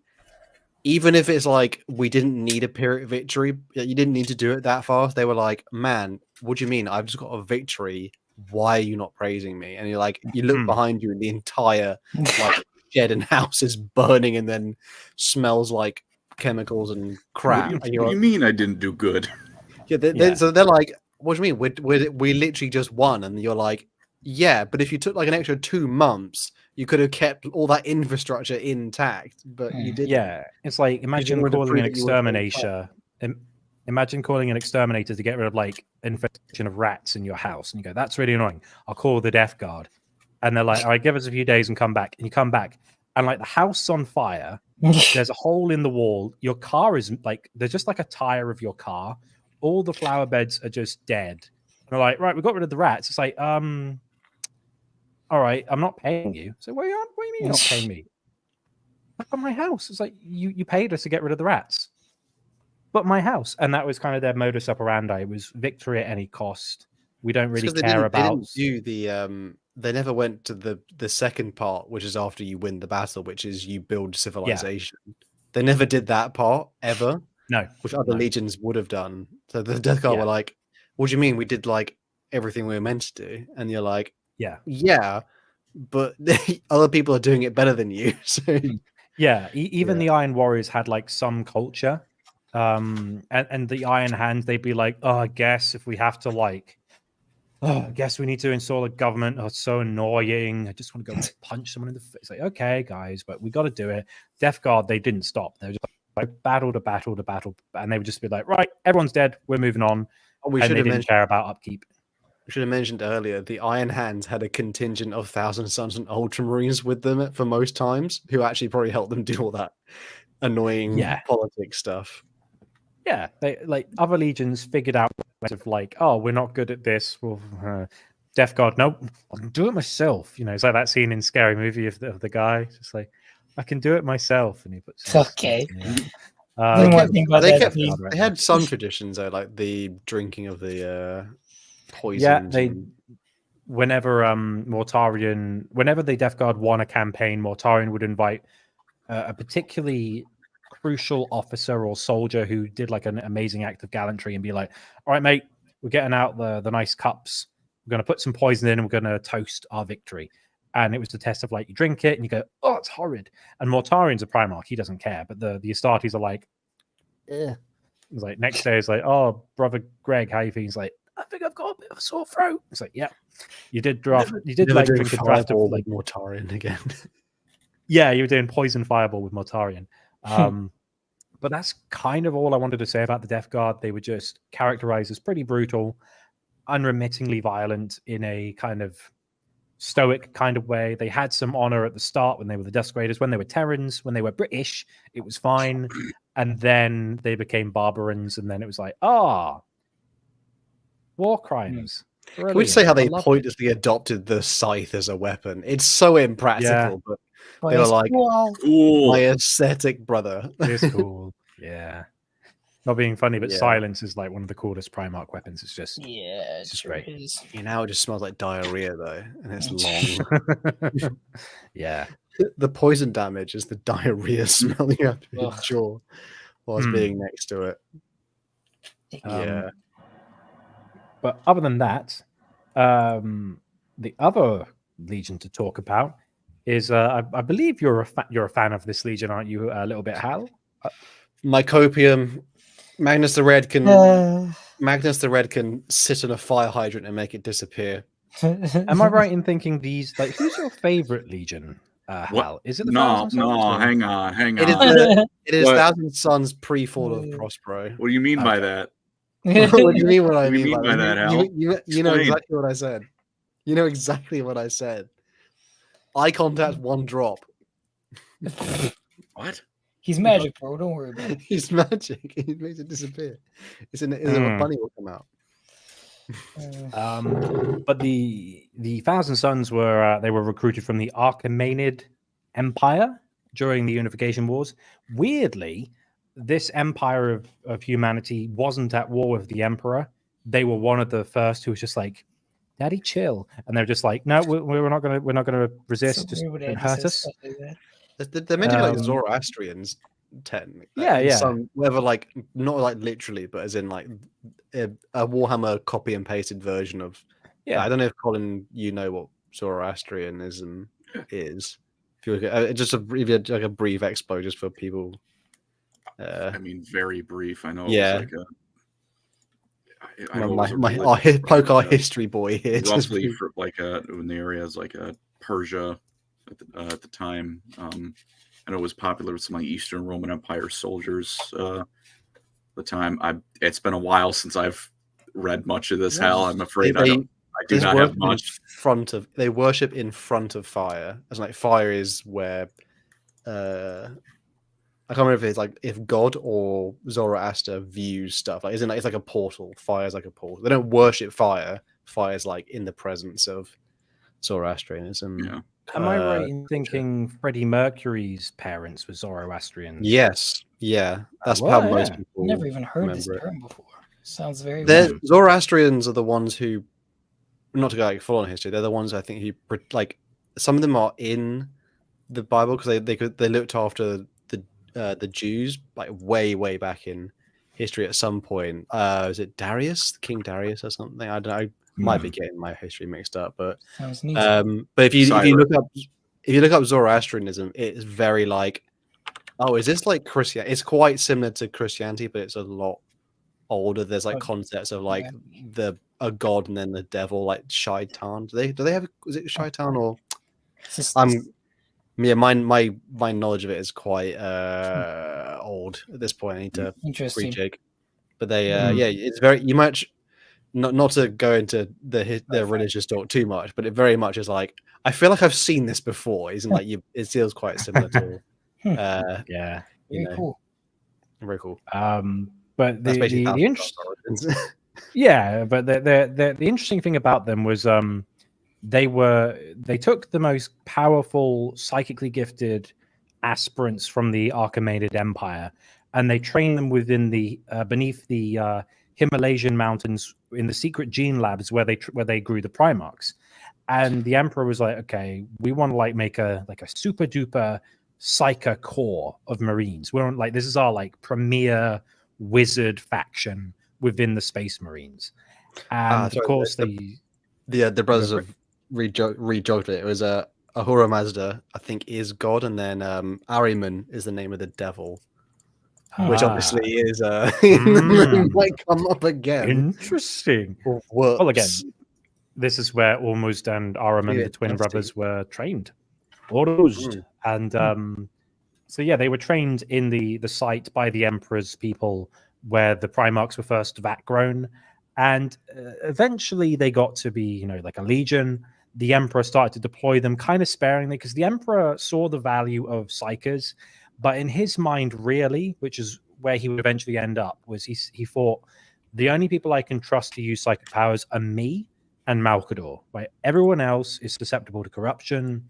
Everyone else is a bit of a worse. Like if you think of the Scoville scale of psychers, Emperor's just like Ghost Pepper, just like don't care. Malkador's like, oh, it's got a bit of a heat to it. Whereas like everyone else is like, milk. Like that's a way to think about it. Like, and to be fair, neither the Emperor nor Malkador ever got corrupted by chaos. So there is a bit of truth to that. But then again, they were both perpetuals, and Malkador possibly had a bit of help being kind of like a conglomerate of several people in a weird clandestine order, which doesn't exist anymore. Like, I don't know, it's a bit shifty. But the main point was he went, okay, well, if we're going to use psychers, let's give it a shot. We'll use the Thousand Sons. Because of the niche they were filling, there wasn't that many of them, which is why they were known as the Thousand Sons, because the Emperor was the one who named them. And they did pretty well, especially against techno-barbarians. It's like, oh, they can't even get close. Like, if you had the Thousand Sons to the size of the Ultramarines, it would be a wipe. Like, super powerful Astarte psychers in those numbers would just destroy everything. Well, Kind of like what the Grey Knights would become. My favorite part is the fact that in the Fall of Prospero, it took the entire legion of the Space Wolves, Custodians, and Sisters of Silence, the anti-psych weapon, and they still like took ridiculous casualties against the Thousand Sons. Like if it's like a straight up 1v1 of all legions, the Ultramarines would probably win just because they got the numbers. Yeah, but if it was a level playing field, it'd be like if it's like one legionary versus another, a Thousand Sons Psyker is pretty. He's way better than a Psyker of any other legion. I mean, and even with the Battle of Prospero, when they realized they were using the Silent Sisterhood, they fell back and went, right, we're going to set up sniping positions and shoot them from range. We're going to do all these traps. They were like a Swiss Army knife. Ran with no helmets at them, full pelt. Oh, yeah, yeah, and unleashed the Wolfen and just ate their faces. And like, oh no, but right you can't beat feral Space Marines. These poor techno barbarians are being inverted anus first and having their nerves stripped from them. And it's worth remembering that it's also like it's not just a case of psychers shoot lightning and fireballs. Like they had a cult that was experts of communication, so they could telepathically communicate to like thousands of men at once. They had a cult eventually, which was a healing cult, where I've been shot in the arm, and then brother Apothecus just kind of goes, watch this. Hey, it's healed. Hey, let's go drinking. It was like they were really, really good at healing, combat, in fire, like magic missile, lightning, altering time. Or like if you were to have even Stevens legions, it would not be a contest. The Thousand Sons would be the most powerful. But the reason that you don't see more than 1,000 of them, because there's a bit of a cost of being a psyker. Got nerfed. We had to get nerfed, man. Yeah, you had to put the patch in afterwards because it was a bit unbalanced, and then Games Workshop went, that's a bit overpowered. Okay. So as they embarked across the Great Crusade, their powers continued to grow. And for, I believe it was about 5 years, everything's going great. They're winning over planets not just through force, but they're also using their powers as like they're doing diplomacy, but they're also manipulating people's. They're doing like the Jedi mind tricks. Like, you want to give over your entire population. I want to give my entire population to the Imperium. It's like that's what they did. But as their powers grew, something called the flesh change happened, which is basically like a mutation that turns you into like an abomination is the best way to put it. Big spindly limbs, howling like a beast, multiple eyes, blood and viscera everywhere, erupting from ceramite, and you're going, that doesn't look good. And even though they kept building their numbers, this was happening a lot. And the Emperor went, shit. The experiment's doomed, oh no.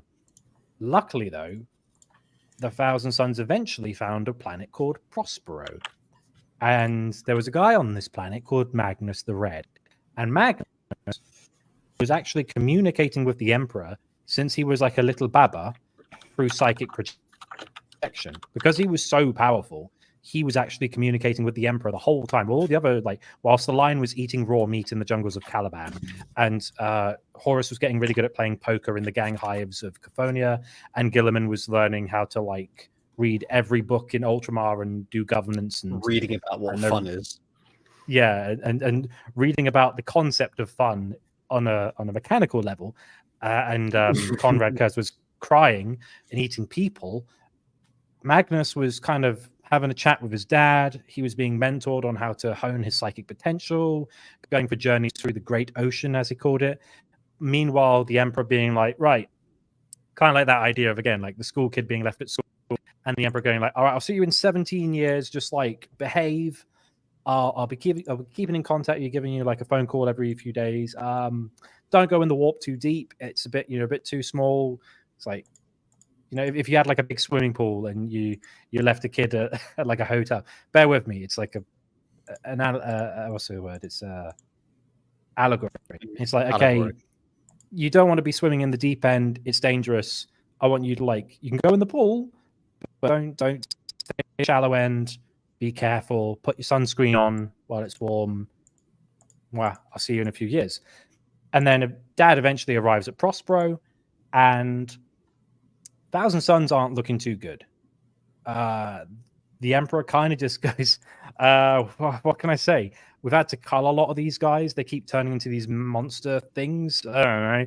Good luck. And for a while, the Thousand Sons are just left at Prospero whilst Magnus figures out what's going wrong. And eventually, Magnus thinks, I've got an idea. There's obviously some kind of warp-derived infection or mutation. I'll go into the Great Ocean and find an answer. And then he just like happens to find this like this creature in there, and he's just like, oh yeah, mate, you all right? Yeah, I'm just chilling in the Great Ocean. How are you doing? Yeah. Oh, your sons are in a lot of pain. That's a shame. Maybe I can help you with that. Magnus is like, all right, what do you want? Can I have one of your eyes? So then, like, Magnus gouges out one of his eyes and gives it to the creature. And the creature's like, all right, mate, cool. Lovely. Okay. No more curse. Job's a good one. Cool. Dr. Magnus Crocodile like, Dundee over there, apparently. Yeah. All right there, mate. Just give me your eye. Fix your legion, all right? Yeah. That's not an Lovely. eye. Now that's an eye. Now that's an eye. Oh, that's not a flesh curse. But basically, we don't exactly know the details, but Magnus sacrificed his eye and something else maybe to cure his gene sons. One and of he doesn't know. Ahriman's brother. He sacrificed Ahriman's twin brother. Yeah. Well, he'd already died, hadn't he? He was a captain in the Thousand Sons. Did he get the flesh change? He got the flesh change. Yeah. During their campaigning. Oh, he wasn't dead, but he was. I think they cryo-froze a lot of them. Yeah, when they were like, oh, we're about to, like, my dude's literally like, he's bulging, but like not in the way we like. So his flesh is leaking out of his armor. Oops. So they went and chucked them in cryo sleep. He's getting swole, but not in a cool Eli way, like a abomination kind of way. My dude's a space marine. And he should not have cankles, okay? Not have cankles. That's not spray on bronze tan. That's dried blood and viscera. Like, this is not good. Someone did ask, Jake Thornton asked, why didn't the Thousand Sons use the same protection from being mutated as the Grey Knights? Basically, when they're in their tubes or when they were undergoing gene seed stuff, there was a warp storm that like surprisingly happened at like the same time as when the Thousand Sons were basically being turned into a legion. It was most likely, or it was Zeech who basically went infection. So the infection is within every single Thousand Son. Yeah, there was like weird fun going on Terra, and the Emperor was just kind of like, it's probably nothing. It's fine. Weird stuff's going on. Storms. But yeah, so Magnus makes this deal with this creature in the Great Ocean and doesn't read the fine print. And for a while, to be fair, things are actually not going too badly. The Thousand Sons are like, oh, that's nice. We're not dying in droves from the flesh change. Amazing. I guess we can do compliance with our brother legions. They do this thing where they send like a detachment of like usually a captain of each of the different cults to a different legion on secondment. So like, for example, think it might have been Photos to cut. No, it was one of the captains was sent to the Emperor's children, just to like they wanted to accrue knowledge, so they conned one of their captains each one. I think Ahriman went to the Iron Warriors, and they would learn something from their brother legions, come back and go like, "Here's what I found out." One of the captains, the one who was sent to the Emperor's children, he was quite beautiful. And so Fulgrim was like, "You're pretty hot." And he's like, "Cheers, bruh." And he gave him like a handwritten equivalent of like an oath of moment, like a purity seal or something. And he always wore it because he was like, I don't want to brag, but the Phoenician thinks I'm pretty cool. So yeah. And they started to get like quite well known, and like the Iron Warriors are like, "You're kind of weird, but I respect that you can kill a lot of people pretty good." And Ahriman's like, "Thanks, Forex." And again, like the Magnus had a good relationship with Perturabo. One wanted to learn the mysteries of Arcana. The other wanted to learn the mysteries of like the mechanical. So they had like that kind of familiarity of like trying to uncover secrets and stuff. And for a while, it's going pretty well. They're one of the smaller legions, but they're super powerful. So whenever they go on, like, especially now with a Primarch, Thousand Sons land on your planet, it's not going to take long. It's like, yeah, we're hurling meteors at you, or manipulating your politicians to do as we say, or we're healing your leprous children through acts of magic. And you're going, oh, whatever can we do to help? Like, join the Imperium. Post boys. However, after a few years, the Thousand Sons start to do some campaigns in the Agoru and Arcreach cluster sectors of space, and they start to fight alongside the Space Wolves. And at the time, they're getting on quite well. The Space Wolves actually quite like them for a little while. And after the Agoru campaign's done, the Space Wolves, it's like a small detachment of Space Wolves are there, and they say, the Wolf King's doing a campaign in the Arcreach cluster with the Word Bearers. You want to come and help out? And they're like, I don't have plans. So they go and help. And they go on this planet. Compliance is kind of difficult. It's, 2 legions already there, and it's kind of annoying. And eventually they find this big repository, like a library of knowledge. And Thousand Sons, being a bunch of book nerds, they're like, I want to read some books. So they start to go, okay, abandon the fight. Let's go get the books. Well, it's like, while we're here, how about we like cordon off the library, make sure it doesn't get burned to a crisp, because we know what Björn's like. Oh, that flamer. It was inside the Space Word Wolves Bearers burning those books. territory These guys. Yeah. So they weren't, and they were. To be fair, they were also like, they weren't. But again, to be fair, one likes to, like, the Word Bearers like to burn a lot of books. The Space Wolves like to eat them. So it's not a good combination in like preserving knowledge. They go, that's okay. We'll just send a few people to cordon this off. Eventually, the Space Wolves come knocking, like, oi, see the map. This is our bit. I was like, oh, it's okay. It's just a library. It's just a library. And they're like, nah, mate. That there is full of like cringe, bad knowledge. Yucky. Ugh. Bad. Don't read it. It's tainted. Bad. Yuck. Yeah. It's naughty material and not the furry kind. Disgusting. Naughty. Yeah. Exactly. That's like dark web books. Don't read them. It's bad. And they're like, it's just read through them and see if there's any insight. Nah, mate. Heresy. That's bad. And eventually, the two come to blows. They don't actually like kill any Space Wolves. They just like the Space Wolves just kind of like push into them like rugby tackle, like a wall of just burly ceramite clad men, just kind of like trying to push them over. They do start killing some of the wolves. They have a shield wall. Like, the Space Wolves have a real shield wall, and the Thousand Sons have a psychic shield wall. So they're holding up their hands while these Space Wolves are like headbutting against a barrier. It's like one half. It's a season of the series Vikings. The other side, it's like force push. Just that scene with Anakin and Obi-Wan doing that with their hands. And a few actual wolves die. And the Thousand Sons try to like knock out a bunch of the Space Wolves using psychic powers. Like, maybe I can just shut the blood flow to their brain. Like, imagine like a rear naked choke, but psychically. It's like, we'll knock them out for a few minutes. It'll calm them down. And then all of a sudden, out of nowhere, one of them starts getting a bit of a flesh change going. And they're like, not this again. And all of a sudden, this guy becomes a monstrosity. And so there's him and him and him. And the Space Wolves, one of them.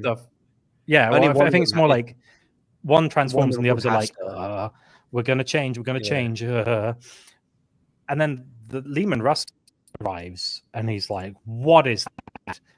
Bang, bolt around to the face. Magnus is not very happy that one of his men has been shot to death by the Wolf King. But to be fair to Leman Russ, what is that?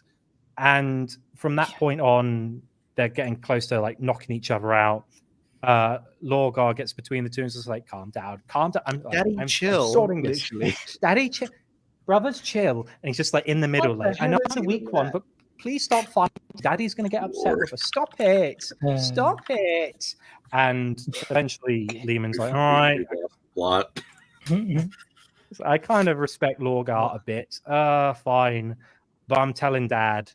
So Lehman tells Dad. And Dad's not very happy because Psyker's turning into flesh. Like, he basically says, Magnus, I thought you handled this. It's like, I did handle this. How did you handle this again? Oh, don't worry about it. I figured it out. It's like, well, you didn't do a good job. And then Lehman's like, right, we need this whole Psyker business. Not that I have any Psykers in my legion, but this whole Psyker business is not going well. We need to put an end to this. And Mortarion's like, I agree. What's that, Colin? Got a donation from Caleb 2 Collins. donations. Okay. There's one bid back. Okay. They're both from Caleb Collins, actually. This one is Grammaticus did nothing wrong and will return. That's right, baby. That's right. a take. Yeah. The other one was Conrad was based, Magnus a fool, and Lehman a fury. Furry. Furry, He might I be a love furious Conrad was furry, based, don't but know. he was cool. He had an exceptional taste in leather. But yes, too bad it was human leather. But yeah, basically, Lehman Russ and the Space Wolves say Psykers are bad news. Not that we use Psykers at all. We derive our powers from Fenris. It's totally different, guys. It's totally different. Death Guard at this point are already like, hey, we don't like Psykers at all because Mortarion said so. And the Raven Guard are just kind of there like, I don't like them either. Someone I guess. please notice us. Yeah, they just want to be involved. So they say, hey, we need to stop this. So all of a sudden, the Council of Nikaea happens. And this is just before the outbreak of the Horus Heresy by a few years. But in like Warhammer has this thing where it's like, this happens, and then a few years pass, and everyone just thinks, oh, the next day this happened. But they start to say, okay, we're going to have a conclave of should we use Psykers or not. On the fence, you've got the White Stars, the Thousand Sons is the main one, and a couple of like smaller legions, like I'm sure some Blood Angels, maybe some Ultramarines just go, I don't mind. Some of the Primarchs like Rogal Dawn, they didn't care either way, but Magnus did his best to say, Dad, don't know if you noticed, we've been doing a really good job. We haven't been killing as many as the other legions because we can manipulate like the populace to do what we want, and we're doing all this healing arts, and we're starting to really get the hang of this warp stuff. We've only been at it for a few years, but give us a bit more time. We'll teach other Imperial citizens how to use the warp, and then we can get like our equivalent of like Medicare for all, but with Psykers, and it'll be like we'll have all these, like we'll have like an NHS for every planet in the solar system, and we'll do all this stuff, and we'll make fireworks, and it'll cool. And then it's like, yeah, cool, Magnus. And then Death Guard's like, I was raised by a necromancer, and I'm not over it. Thanks, Mortarion. And then Ophir Weirdmake of the Space Wolves, who'd been hanging out with Ahriman for a while, is like, they're using Maleficarum. They were protecting fell knowledge on this planet, and also we saw this thing happen to one of them with this flesh change malarkey, and that's bad.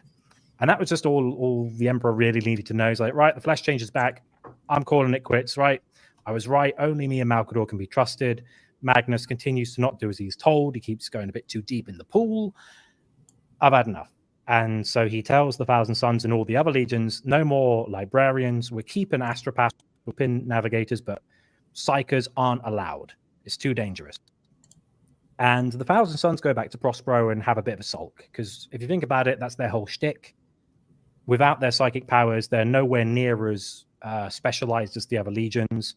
They can't compete with the other legions in combat without their psychic powers. There's less of them than any other legion, and they just can't catch a break.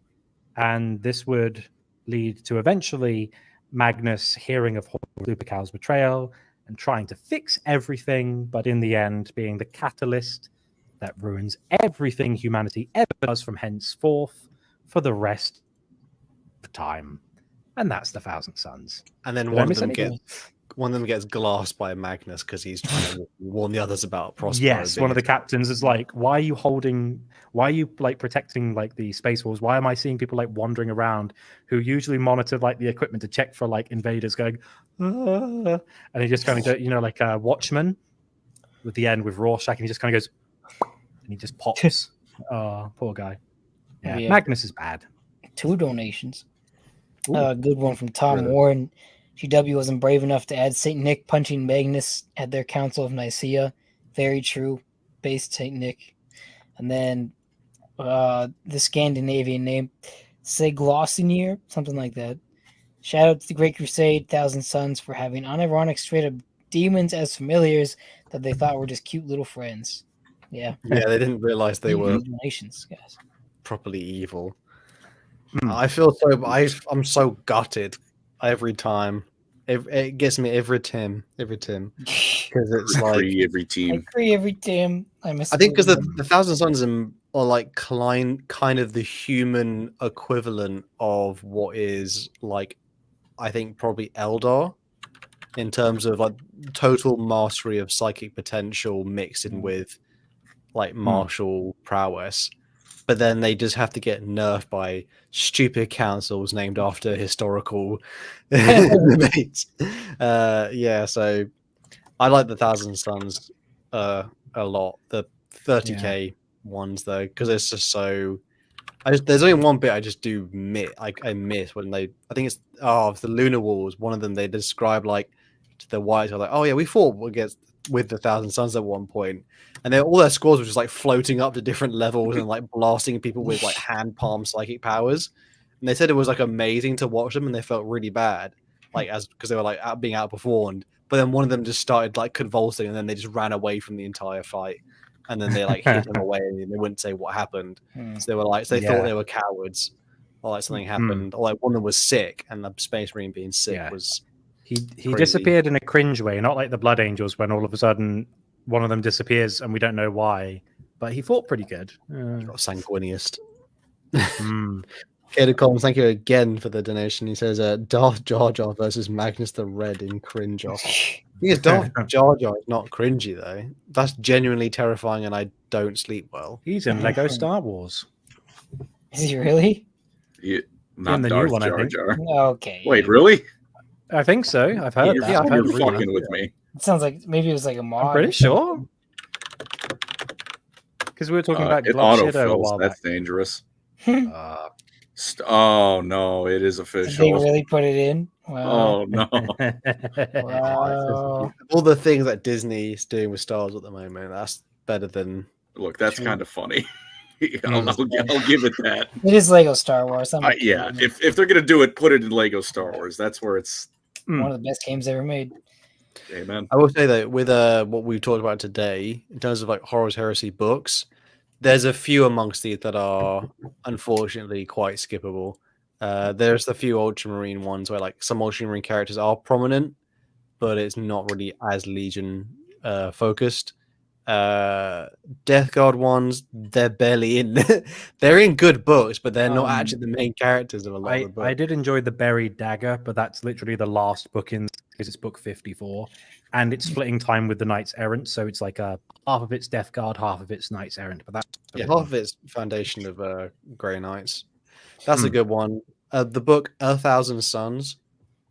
I really like that book just because it feels like an actual epic fantasy, although it is long. Like so much happens in that one. It's just so long. I think that was like the second Horus Heresy book I ever read when I was like 13 years old, and it was on a camping trip. It's weird nostalgia. Yeah, and I get upset when I read the Magnus scenes because he's such a smug cock.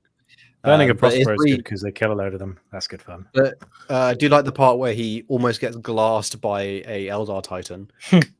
And he just can't like hack it. Like they fight two Eldar Titans that are like not in their full form. What and do then you think the of red. the I'm sorry. They basically. I'll finish it. Go. They fight the Eldar Titans, and Magnus thinks he's so cool, and he ends up taking a body blast by one of them, and one of his Thousand Son guys steps in front and is like. Shields him slightly, but he just like, oh my god, I almost died from that. And then the rest of the Thousand Sons managed to, with the Space Wars, put them down. But after they lose like so many people, but yeah, what's Magnus your was being opinion arrogant. on the Magnus Primarch book? I liked parts of it, but I just felt it was unnecessary. There's a lot of Horus Heresy or even Primarch novels that are like quite. Like you don't. I like the bit because there are some parts in it where like he felt pain for the first time because he wasn't prepared to feel it.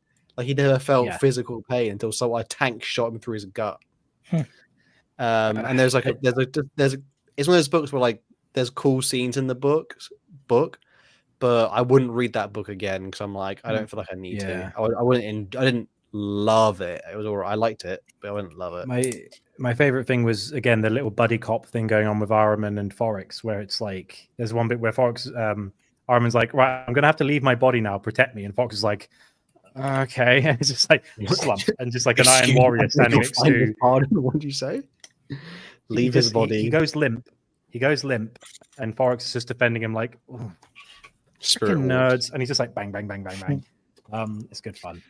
Yeah, I just like Thousand by the way. Sorry, we'll do that. Biggie says Biggie wanted Magnus to sit on Colin's couch. True. That's the true golden throne, baby. I'll just finish off. I liked Thousand Sons a lot, just because they seem so genuinely different from most of the rest of the other like Legion, like strong cult, like a very strong Legion culture, interesting home world, interesting characters, and then interesting like Legion structure and like unique power and stuff like that. But I mean, the 40k stuff is still nice, but again, it's just a shame because there's so many other things in 40k which are just like so good. You're like, it just falls into like the neat category. I must say, if you want to like read a good Death Guard one as well, get Flight of the Eisenstein. Perfect. Yeah, classic. You see the bad side and the good side of the Death Guard between Garrow and what's his name, Grilgor, and you kind of see the strife going on between the two sides of it, the Terrans and the Barbarans, which is a good book. I like that one. You know, I'm with Colin recently. I've been really feeling the need for more Xenos stuff. Genuinely, like all the time, bro. The need never goes away. No, I've just been I've been vibing with it. I don't mind read the path books still for the Eldar though. GW just need to find a way to like. I don't mind if it's versus Space Marines. Just get him in there. Like, please just get him in. Yep.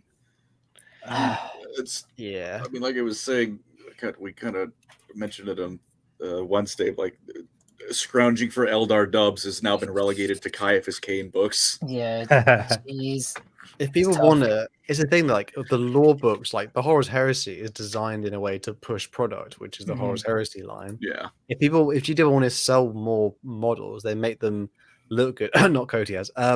They make them look good, and then they push lore with it. So then people like the sole reason like some things sell better is because the book they're associated with are good. Well, we have so many Tau books. There's a lot of Tau content. Eldar just get nothing. Farsight books makes it. Nothing. Farsight books are the reason that Farsight Enclaves does so much. Yeah. Well, that's the thing. I've just been working through Shadow Sun, and I've got the 2 Bill Kelly Farsight books. I've heard some people don't like those books. Yeah, some people really don't like them. I'm not sure why, but maybe I just wasn't paying enough attention when I read them, but some people think they ruin Farsight's character or something like that. I don't know. Well, they're on the list. No, I like them. I did too, but maybe that's just because I'm desperate for Xenos lore as well. So. Shout out to when Eli did a 3.5 hour the part of like entire Farsight. That will be. I did find some more Gene Stealer cult books that I'm looking forward to reading too, but I gotta get through. Necrons get a lot. That's another Xenos. Necrons and Tau get a lot of content, but every other Xenos faction just gets screwed. One day, when the Eldar are part of a launch box set, the Eldar need a renaissance like the Infinite and Divine and Twice Dead King. When they did like a good push for the Necron, they need something like that for the Eldar. Yeah, I think if they just do something like the Path books, then that would probably work well, because I think the Path books were apparently cool. I do need to read them though, so I could be wrong, but they look cool. I'm about to say I've been missing this name, Commander's Mighty Schlong of Thank you for the Still waiting on for a Bellicor book or any demon book. I need to learn my Bellicor lore. I don't know anything. He about does show up in some things. He has side character energy. The character, like Caleb Collins, thank you for $2, 20th donation. Wow, Clone Fulgrim could steal the last Chrome sword. If only. I wish Clone Fulgrim would come. He exists for Fabius Bile's storyline. He doesn't exist to be a part of the setting. He exists for Fabius Bile's character development. The AA guys did just make a comic and little video on that. He's not coming back. You know what? If it's still canon, they might do something with it one day. I mean, Maybe it's in still like canon. 10 years. He's just in Trajan's fun box. Yeah, which no one ever really gets out of. No, you are not leaving the fun box. Apart from Greyfax. Yeah. He is a Primarch Yeah. though, so I mean, He didn't put her in the It real makes fun sense, box. He but, put yeah. her in just a Yeah. random Tesseract labyrinth. It's like, if you can Mm. get out, Yeah, good for you. If She, not, I she don't was care. on. She was on his Pokemon belt. Was just like Greyfax. She was on his shit list. Oh no, I was thinking of the one before Greyfax. Who was that? Uh, The one he wrote the letter to, like taking for the 5 Alish- Catacan regiments. Aliyah. Oh yeah, A something. Yeah. Well, Alea? even then, you only get out of the fun box if he lets you out, Yeah. or your Oracan. Bellicor did get owned. Did get owned by Ahriman. He's in the Ahriman's second book. If you want Bellacore content, I'm afraid you. Well, I'm not afraid at all. Go to Age of Sigmar.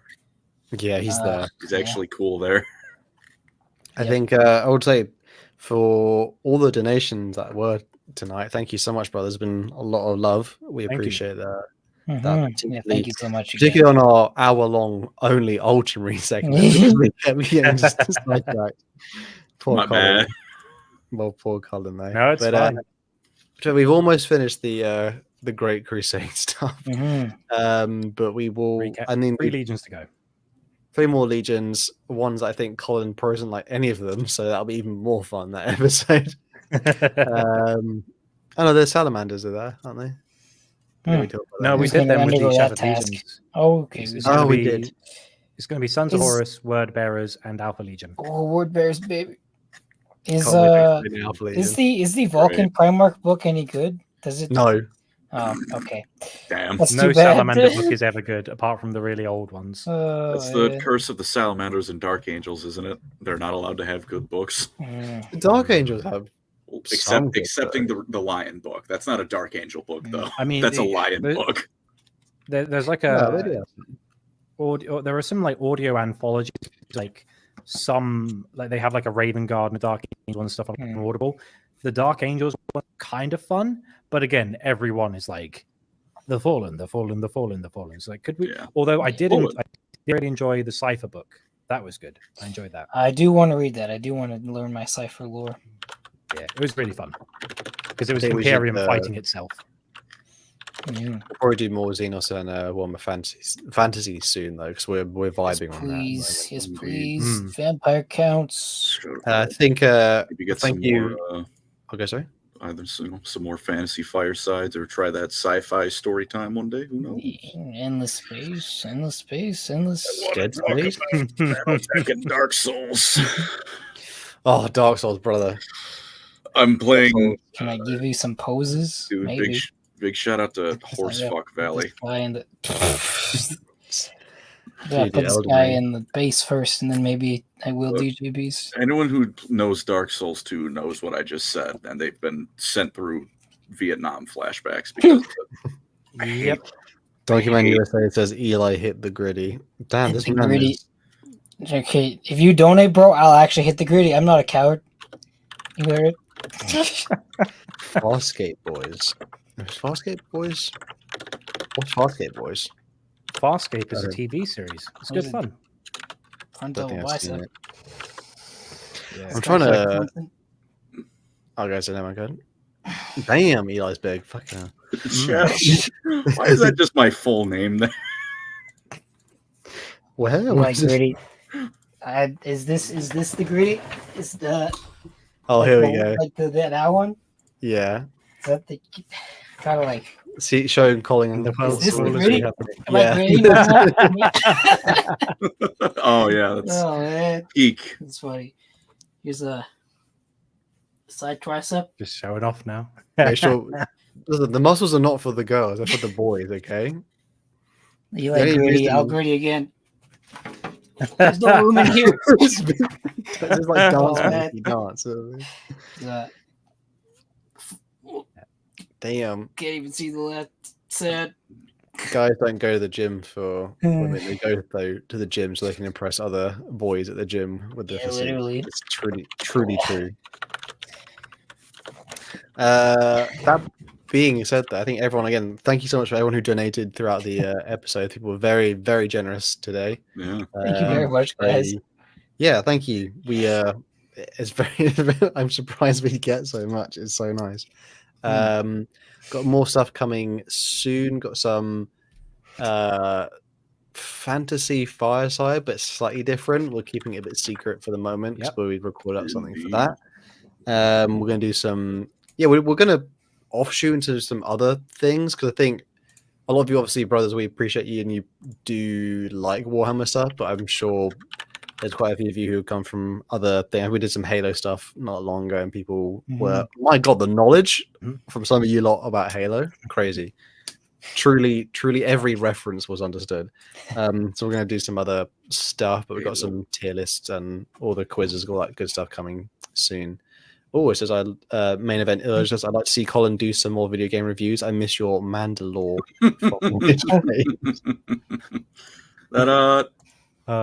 It's a good idea. Warhammer games, I'll do that. Other general video game stuff, that'll probably be another channel sometime in the future. Mandalore's been around a while, and he kind of has it down, if you know what I mean. Mandalore from Wish will return one day, just not today.